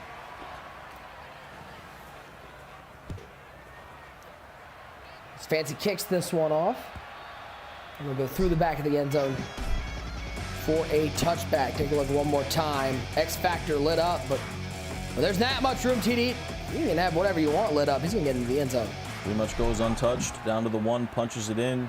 And we got a game here. Now, the interesting thing, Noah has no timeouts, right? And this is not a spot Noah loves, right? He wants to utilize Dillon, which he does here on that out route. But he wants to run the ball, right? He's not too comfortable having to pass in this situation with no timeout. So if you're Noah, you don't want to make a mistake and give Fancy the ball back. Hands it off to Dillon. Uh-oh, breaks through to the 47-yard line. And he's got it moving. $302,000 in career earnings for Noah. Looking to add to it here in the Ultimate Madden Bowl. Pressure, and that one will fall incomplete. And you see Noah, he's never really in a rush, right? He feels so confident in his abilities. He goes to the inside zone on the previous play, picks up a huge chunk right there. Fancy sends the pressure, gets to the quarterback. Play action pass on second down. Brady. Oh! It's jumped by Haynes! What are you and doing? look, NASA! He's got nothing but space in front of him! To the end zone! Touchdown for Fancy! And he takes the lead! The game plan works to perfection for Fancy. And he lets him know about it. But that's what he wanted. Force Noah to pass the ball. He gets him in, and you heard him say right there. That's why we score right there. So we give Noah the ball with no timeouts. We can play pass defense, and we get a pick 6 to the Krabowski. Jumped it like a back alley brawl, and Mike Haynes is out of there. Noah absolutely sick about it. He knows that can be a game-changing play, especially right before halftime. What can he do with this much time? He had Kittle wide open. To call that inaccurate, that's fair. Tom Brady laying an egg for him. I mean, he was open and tried to high throw it, and he just threw that one way beyond the intended target. Brady on 2nd and 10. Down under 20 seconds left. The O-line holding up. But great user downfield by Fancy with Derwin James. Yeah, Noah goes right back to the same exact play. He saw it open on the previous play, so he goes right back to it, but this time Fancy recognizes it, takes his user with Derwin, and guards George Kittle on that post. 3rd and 10, empty backfield for Brady. 3-man rush from Fancy. Steps up, throws it up, looking for the quad father over the top, but the KO lights up and pries that one free. 4th down and 10, 8 seconds remaining. And he had a few steps on him too, he really did. Gets it behind the defense, but like you said, that knockout ability, just so valuable, so good, and big time stop for Fancy. This will be the final play of the half. 14-10. I think you watched that first half, you expect me to say Noah with the lead, but Fancy, that pick 6 swung the entire game, and Fancy gets the ball to start the second half. Turnovers can be such a killer. They could really hurt you. You said it, Noah kind of, controlled that first half, but just like that, in the blink of an eye, one mistake can change the complexion of a game. Fancy takes advantage, and he gets the ball to start the second half.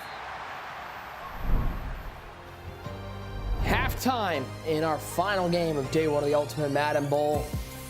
Fancy with the pick 6 late, puzzling the 2-time belt winner Noah. 14-10 the score with 10 minutes of game to go. User and Boogs thought we'd be talking about Noah's performance here in the first half, but that pick 6 changed the entire script of the game. Nick, you hit it right on the head. I don't know how many times we've said it, so many times before half. People try to go down and win the ball game. I've never seen anybody win a game before half, but you could damn sure lose it. I hope that's not the case for Noah right here, because he played a phenomenal first half. He was dominant the whole time, but one play cost him, Boogs, and you know about that. It's all about timing when you get your turnovers. Oh yeah, it's definitely all about timing, especially like when you're in Fancy situation. He gets ball at half. All the momentum just shifted his way, so he has total control of the game. And I'd like to talk about having control and being able to dictate the game. That's one of the biggest and most important things for being able to win Madden games. And right now, Fancy's in a prime position. And it's very uncharacteristic when it comes to those situations, because Noah is a 2-time belt winner. You're not expecting him to beat himself. When you throwing pick 6s with 30 seconds left, no timeouts left, you heard Ty say it right before. Listen, this isn't a strong situation for Noah. He really needs to just run the ball. He's not really a passer. And guess what? He gets out his element and he does an uncharacteristic turnover, and he puts not only Fancy back in this game, but puts him up. And as we take a look, this is when Noah was dominating right here. Fancy trying to do anything to come up with a stop, comes out here in nickel 5-5 wide, nickel 3-3-5 wide, and tries to put pressure on him, all manned up, and says, you know what, can I get to the quarterback in time? But that's what we see. Go ahead and start to run the tape right here a little bit for me, Omar. As you see right here, Noah is looking directly at his user.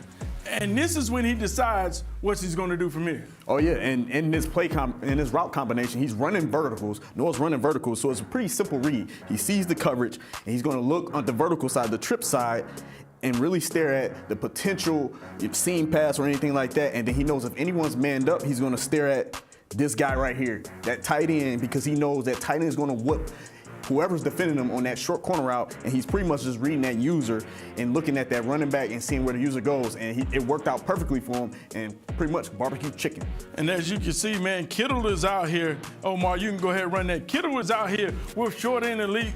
Short and elite, he's gonna just fry him completely, just barbecue chicken him with that short and elite for 0 AP, and that's why a lot of players are using short and elite for 0 AP. You have to have somebody out there when the opponent decides to go man coverage, you can guarantee that he beats him on that route. Like Book saying, he was looking at that cornerback, watching his user, where's the user going? If he's manned up, he's going to fry with that short and elite route, but then you go right back into it. Noah has full control. One of the things, as we're saying, when we're seeing him capping, I just don't believe people want to play Noah live. You see the intensity and the energy he brings. He's a completely different animal. It's tough to play against somebody sitting 1 feet away from you in that type of environment. But now you're seeing this situation. Everyone has to be cheering for Fancy. Hey, Noah has gave you a chance. You get the ball back. You're up 4 right now. You're in full control. There's no excuse. How does Fancy close this game out?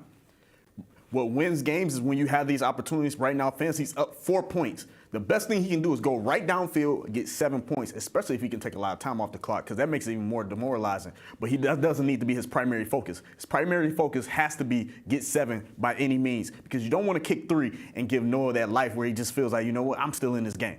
In this situation, he has the quad father. You're saying take as much time. In this situation, you know Fancy's game. You know he's a passer. He's one of the most elite passers, but he has the quad father. Do you like him to stay out of his element and try to feed the quad father? Just stick to what got him here. I mean, stick to what got you here. You are a passer at heart, so you got to stick to what you are. Know who you are, but at the same time, if you get a look where you say, you know what, now's the time to hand off the quad father. If he opens up the line and parts the Red Sea, hand the thing off. Don't, you know what I'm saying? Like, you got to really play really your opponent and play smart Madden.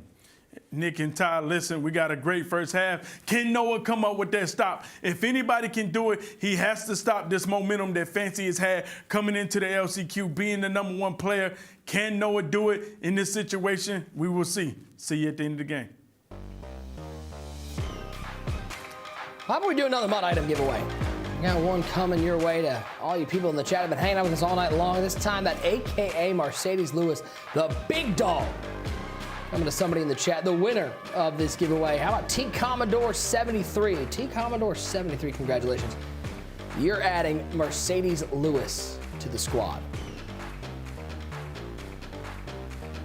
What a first half it was. It looked like it was going to be all Noah, and Fancy in about 35 seconds turned it from all Noah to the Fancy game. He's up 14-10 with ball, TD. Yeah, what of a turn of events that was, right? Noah kind of controlled that first half. And here we go. This is big right here, right? You got strength versus strength. Fancy's offense, Noah's defense. Something's got to give on this drive, right? You just said it. If anyone's going to get a defensive stop, it's Noah. But if Fancy wants that championship type of drive to go up 2 possessions and try to put Noah away, he's got to make a statement right here.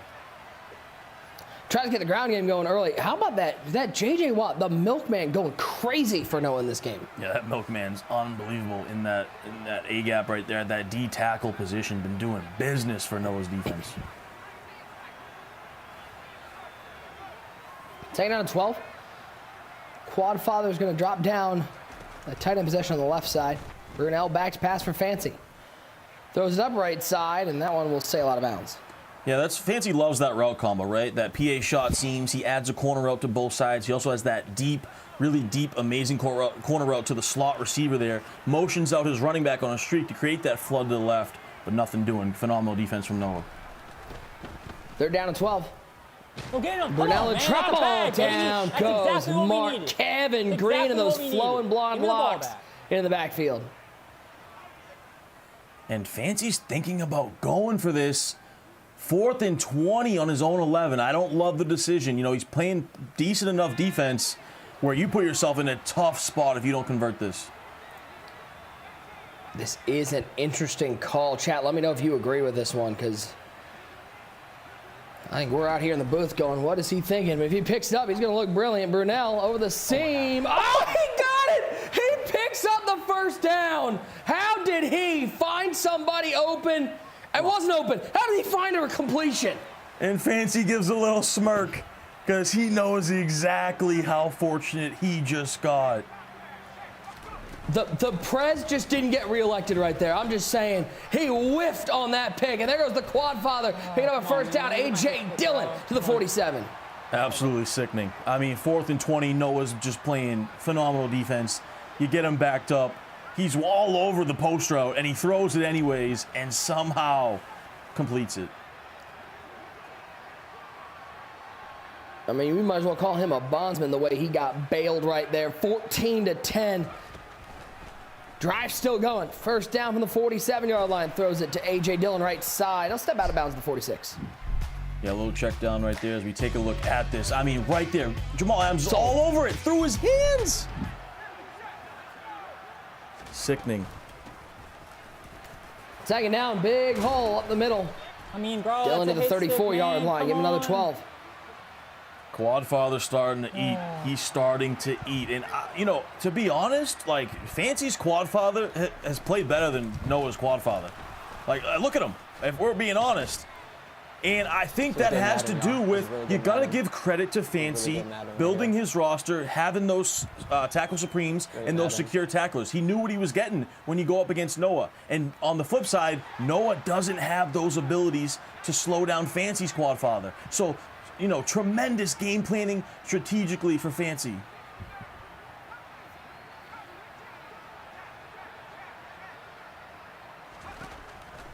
First down and 10. He's going to go to the air with Brunel. 3-man rush. He's got Burris over the middle to the 5-yard line. Takes a big hit from Megatron. But he will hold on. First and goal.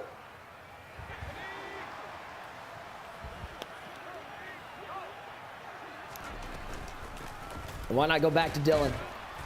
Fights through a couple tackles. He'll get to the 2-yard line. 12 carries, 86 yards, and a touchdown. Certainly has been more effective in the run game than Noah. Yeah, I agree. And these next, I think this might be 4-down territory. If you're fancy, you get 7 here. You put Noah away best you can, right? It'll make it really difficult on him if you can go up 2 possessions here. So Noah's, hanging on the edge of his seat. He needs to try to find a way to hold him to a field goal. But I think if you're fancy, this is 4-down territory. You got to punch this in. 2 in the backfield with Brunel. 3 wide receivers. Play action, pressure. Down goes Brunel. Briggs in on the sack. That one was doomed from the beginning. He overthought it. Fancy overthought. I get what he was trying to do, right? He's thinking that he's in goal line defense. Maybe there's a run commit. I can catch him slipping, throw something.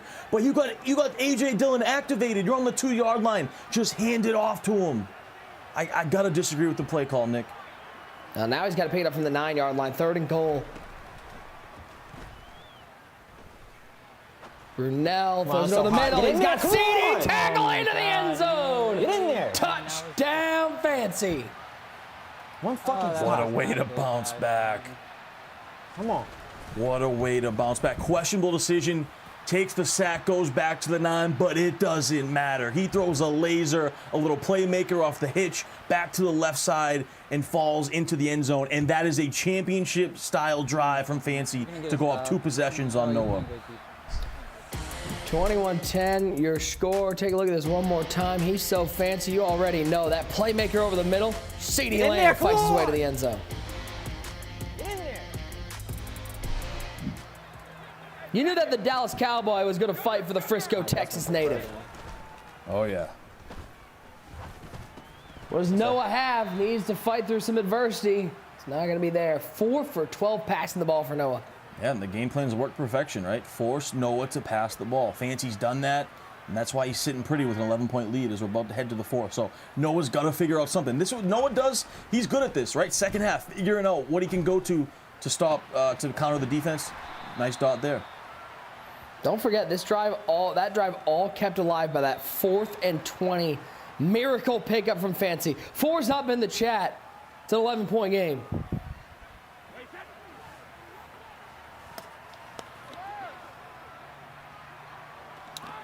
I'm just curious, Ty, you think you make that play, that 4th and 20, how many times out of 100 do you think Fancy's picking that up? Oh, maybe twice. You get lucky both times, to be honest. I mean, that's like a 1% miracle that he got.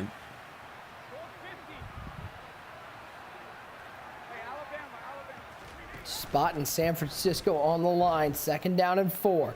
He's throwing out. What Between is he the throwing? 4-seed Noah What and is the he throwing? LCQ winner I need Fancy. to know.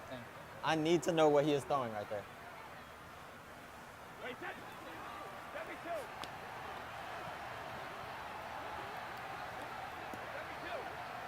Third down. Tyreek Hill motions from left to right. A.J. Dillon, right hip of Tom Brady. Play action pass. Might have triangle. He's got CeeDee Lamb, and Lamb's in the end zone. How about Noah with the response? Can't ever count out the 2-time belt winner. You can't ever count him out, right? He's been down before, and he's going for 2 here. This is a massive 2-point conversion, right? Try to make this a 3-point game. It's Doug Peterson analytics at its finest. Nick Sirianni would absolutely do this. Brady back to pass. Looks over the middle, but the KO knocks it free. Oh, it was a tough one. Tough one. 50-50 ball there. Looked like he got the position he wanted. Clicked on, got in front of him, but the KO ability knocks it out. And now Noah down 5. So he did score relatively quickly, though. Gave himself plenty of time. He gets to get back on defense, too, where he struggled, but Noah known for that defense, of course. Take a look one more time at this touchdown pass. Waits patiently, O-line holds up, and the Eagles fan finding a Cowboy wide receiver. Say it ain't so.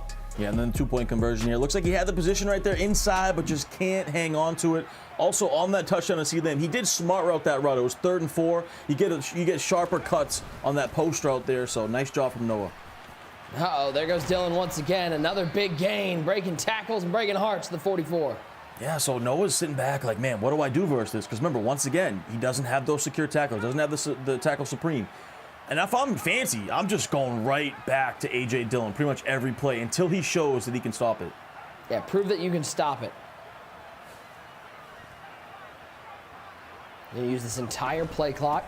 He's going to give it to Dillon. Cuts back inside. Another big gain. Makes a man miss. Picks up another first down. So 2 plays and 2 first downs on the ground for A.J. Dillon.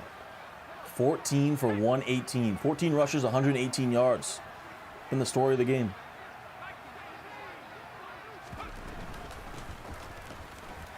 Back to Dillon. Cuts it back. I mean, I'm just saying.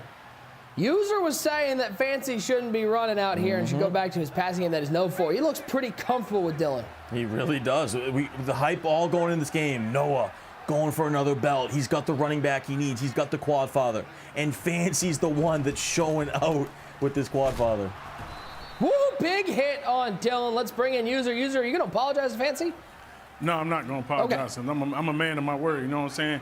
You know, chin up, chest out. But I was just saying the same thing you were saying to Boogs. I said, man, you know, Fancy's really showing some good run stick right here. He's got another first down with Dillon. And he breaks a tackle to the 20. Down to the 15-yard line. We're going to hit the 2-minute warning. All 3 timeouts left for Noah. But this is absolute crunch time for the defense. And Noah not looking confident on defense. User. That's something we're not used to seeing. Yeah, he's still trying to prepare for the pass. He hasn't fully committed to the run. Now you see him switching defenses. You know, I feel like he should have been did that or slid his line or did something to try to commit to the run. But now, hopefully, it's not too late for him. Quad father doing what quad father does. He gets a yard and a half. They'll call it 2. Yeah, Nick, guys, I like that adjustment, though, from Noah to go to that nickel over. I think he's going to have a better shot to defend that inside zone. Noah not burning any timeouts right now. I'm just kind of wondering, you know, he's a guy that needs time. He definitely should have burned his timeouts. Back to the ground, breaks a tackle.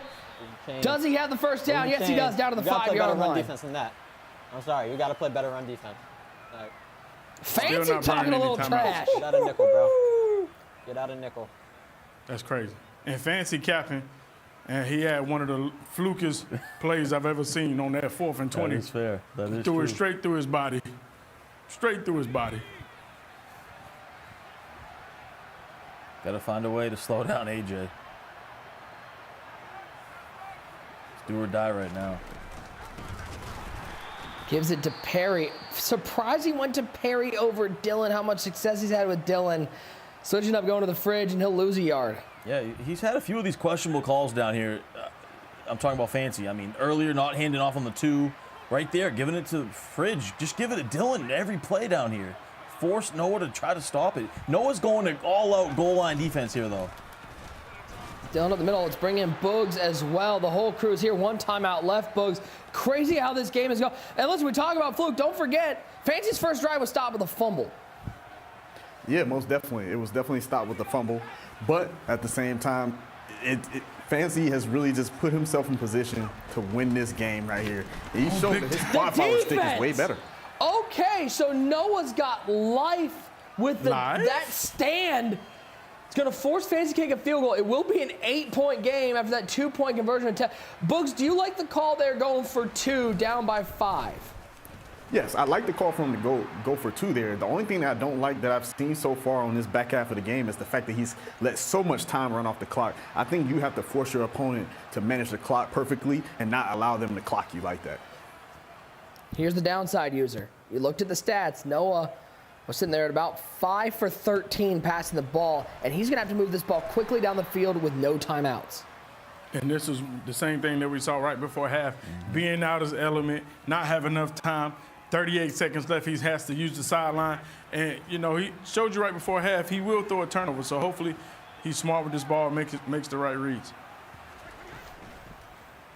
Play action pass for Noah, 35 seconds and counting. Down by 8. Good defense from Fancy. He'll throw this away. Yeah, that's a real tough spot. there. Real tough spot right here for Noah. Does not feel comfortable in this situation. You gotta just chuck something here. Maybe he can get lucky like Fancy did earlier on a post route, because he's gotta take a shot. We saw him pick up a big touchdown earlier on a deep shot. Can he find another one? Look at the left side. There's Plack's feet in bounds to the 39-yard line. Clock stops. Under 30 seconds left. Great job there. Uses that running back on that streak route to kind of clear out the defense. Allows that corner route to get open on the sideline. Motions Tyreek Hill to the right side. Lamb and Burris left side. Pressure picked up by Dillon, but here comes more pressure. Oh, that could have been ball game. Scary living.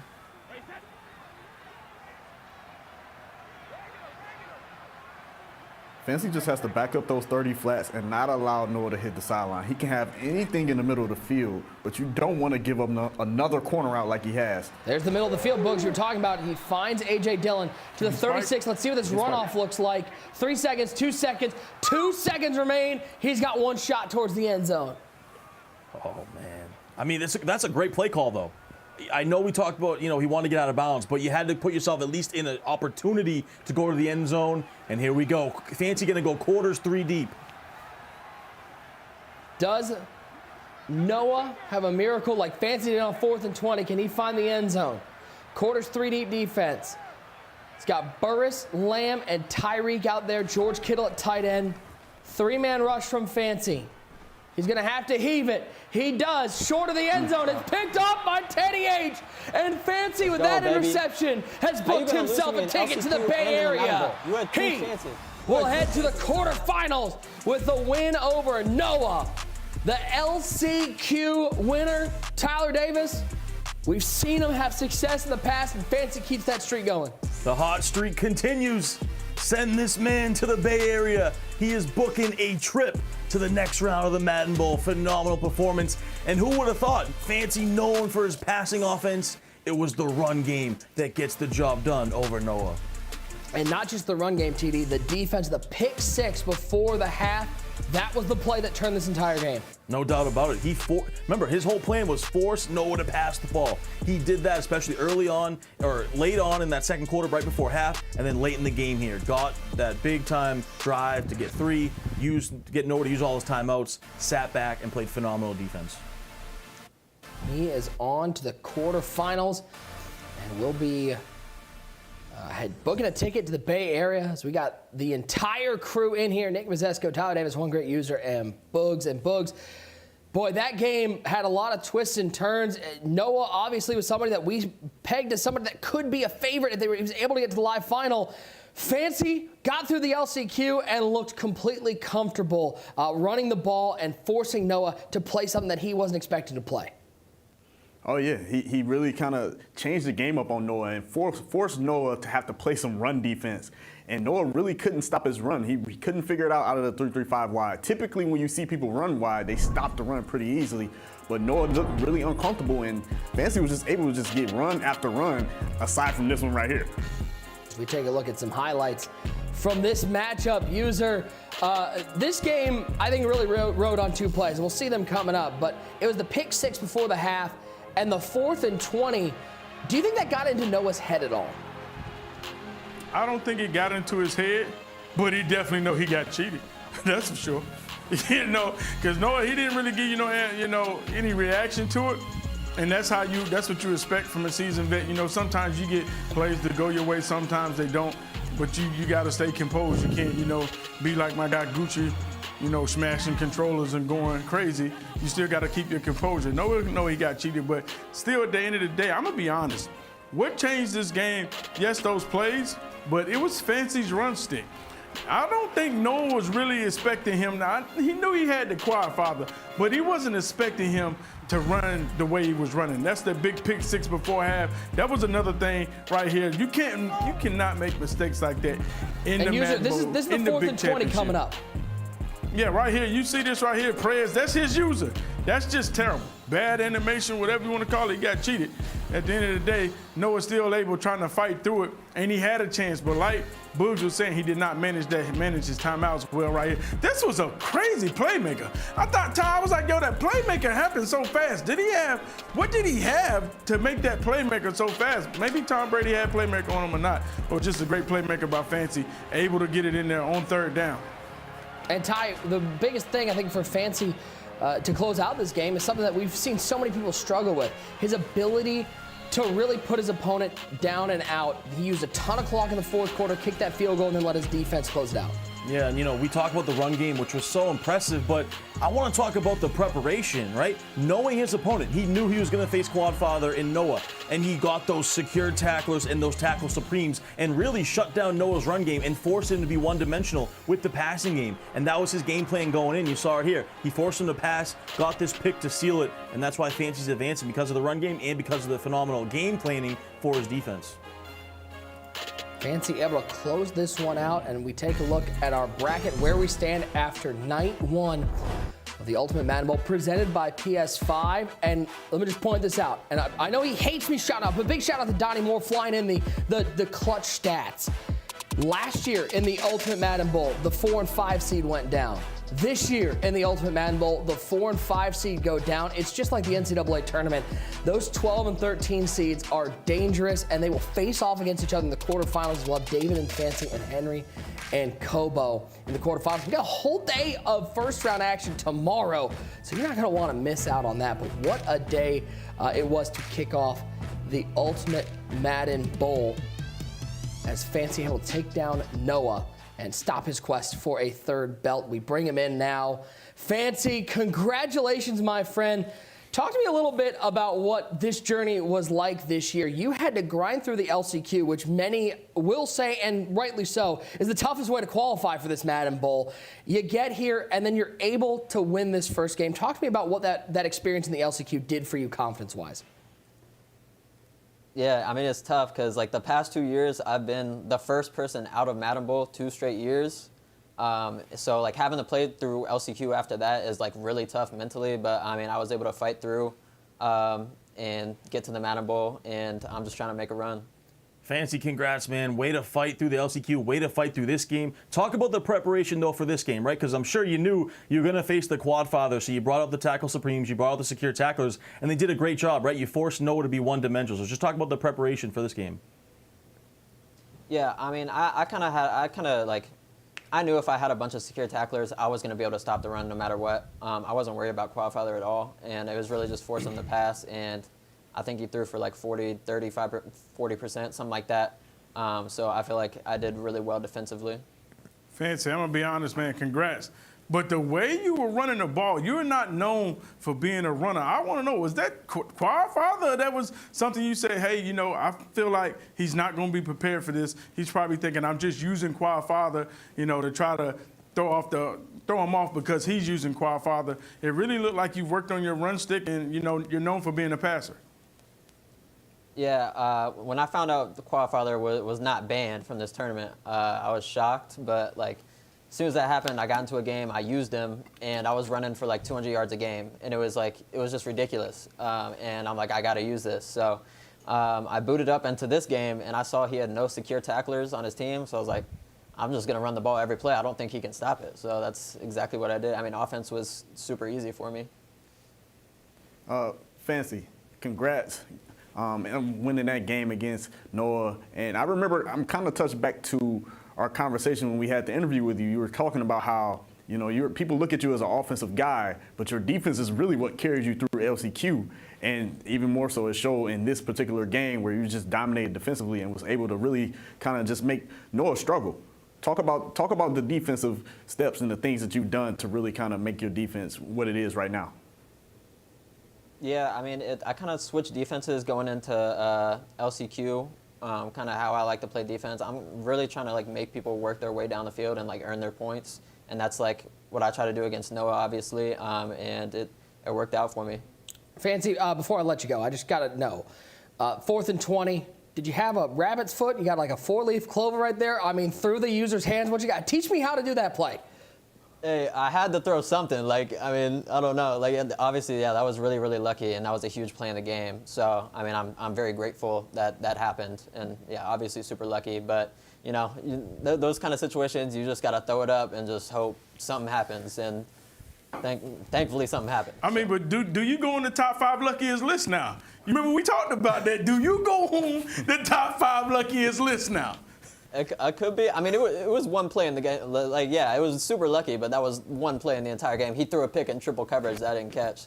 So, like, yeah, that was obviously super lucky, but I mean, you could put me in the top 5, I guess. I know the D-Croft game was really, really lucky on my part. So, I mean, call you lucky, call you good, call you whatever. You're a quarterfinalist at this point. $25,000 richer, and we will see you in San Francisco next week. Enjoy the win, and can't wait to hang out with you in the Bay Area as you make your way through the Ultimate Madden Bowl. Let's take a look at our quarterfinal matchups we will have next week, because we got 2 barn burners. The number 1 seed who sat home with a bye, Henry. He gets a matchup against COBO, who was absolutely dominant for 3 3/4 quarters.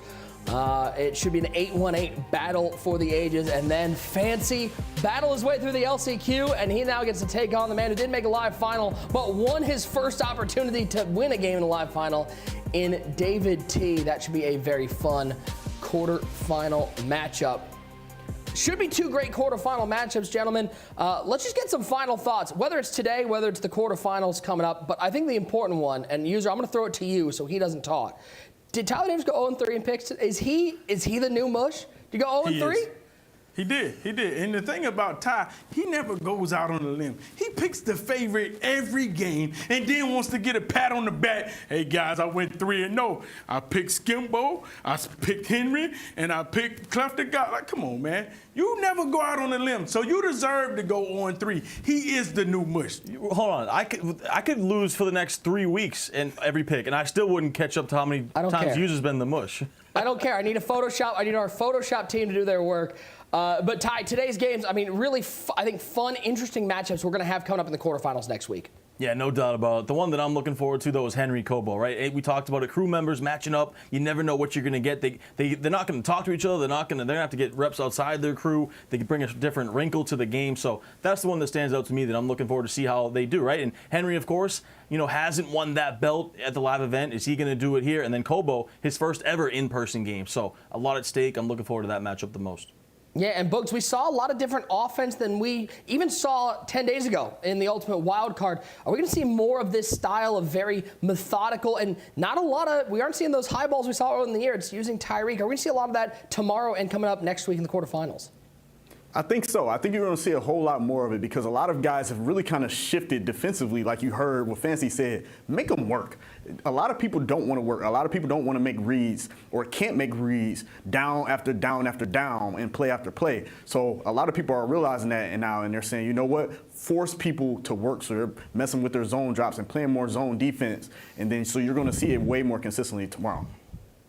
Well, I'm scared, gentlemen, because my prompter says tweet from Tony Campus, and that usually means some sort of picture. And that's not a good sign for somebody here. So, yeah, okay, sure, Yeah, I'm going to Twitter right now and blocking TK. I'm blocking him right now. Nick, I just want to know what kind of lab you in. What you cooking up over there? I'm important stuff. What you cooking up? Huh? Oh, man. Professor Thank Mozetsko. you. This is crazy. Tony Campus for, once again, coming through big. You are blocked on Twitter, and I'm going to block you on every social media. I'm just going to find you, and I'm blocking you. So appreciate that. And I'd like to thank Boogs for setting that one up. That's my brother right there. Thank you, Boogs. Congratulations on your 5th place finish. Crazy. Crazy. All right, Bill Nye. Bill Nye, the science guy. Bill Nye had a great career. I will take that. Thank you so much. Let's give away some, just do a dump truck, okay? Time you all been waiting for. I know we gave away a dump truck in the pregame, but we're gonna do another one right here, ladies and gentlemen. You're getting JPP, you're getting Javon Hargrave, you're getting Mercedes Lewis, and you're getting that new Isaiah Hodgins. Again, remember, 10:30 a.m. tomorrow. Tune into Good Morning Madden. And make sure you check out the rest of those weekly wild cards. The winner of our dump truck tonight, Brady, MLB 2K. Probably should add Madden into that one. Brady, MLB 2K, congratulations. You are taking home that dump truck, adding 4 new players to your squad. Tomorrow, we've got a jam-packed day of action. We kick things off with Wesley and D. Croft. Oh boy, battle of 2 guys who've played each other quite a bit and 2 of the best offensive minds out there. They're going to battle it off. We then get into one of the upstart surprises we saw this year in Cole, taking on somebody who might have had the best, the most consistent Madden 23 in Big Gucci. And then we close things out. I mean, what more do you want? Kiv fought his way through the LCQ to get here. He's going to take on Clef the God. Hey, Clef, congrats on your 3 seed. You get to take on Kib. All that's coming up tomorrow. You're not going to want to miss it. If you don't know what's going on tomorrow, it's day 2 of the Ultimate Madden Bowl presented by PS5. It starts at 6:30 p.m. Eastern Time and the EA Madden NFL Twitch and YouTube. Make sure you're here because we do giveaways. We got a whole lot going on and 3 fantastic games as we fill out the quarterfinals. It was a fantastic day of action here from day 1 of the Ultimate Madden Bowl, and I can't wait to see what is coming up for Tyler Davis, One Great User, and Boogs. I'm Nick Mazesco. We'll see you tomorrow night for day 2 of the Ultimate Madden Bowl presented by PS5.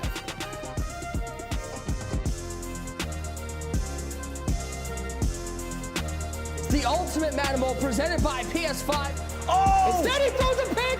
Instead he throws a pick! David T clutches up and kicks his way to $25,000. Come on, man, let's fucking go. Come on. Pressure, left side, picked off Denzel Ward. Right now, COBO's got Jack Oregon at the UPS store. Look at Byers breaking tackles. Say it like Taylor Swift, shake it off, big fella. Oh. Ball's out, it's picked up by Noah. Play action pass on second, now Brady throw. Oh, it's jumped by Haynes. And like NASA, he's got nothing but space in front of him. Picked off by Teddy H. And Fancy with that interception has booked himself a ticket to the Bay Area.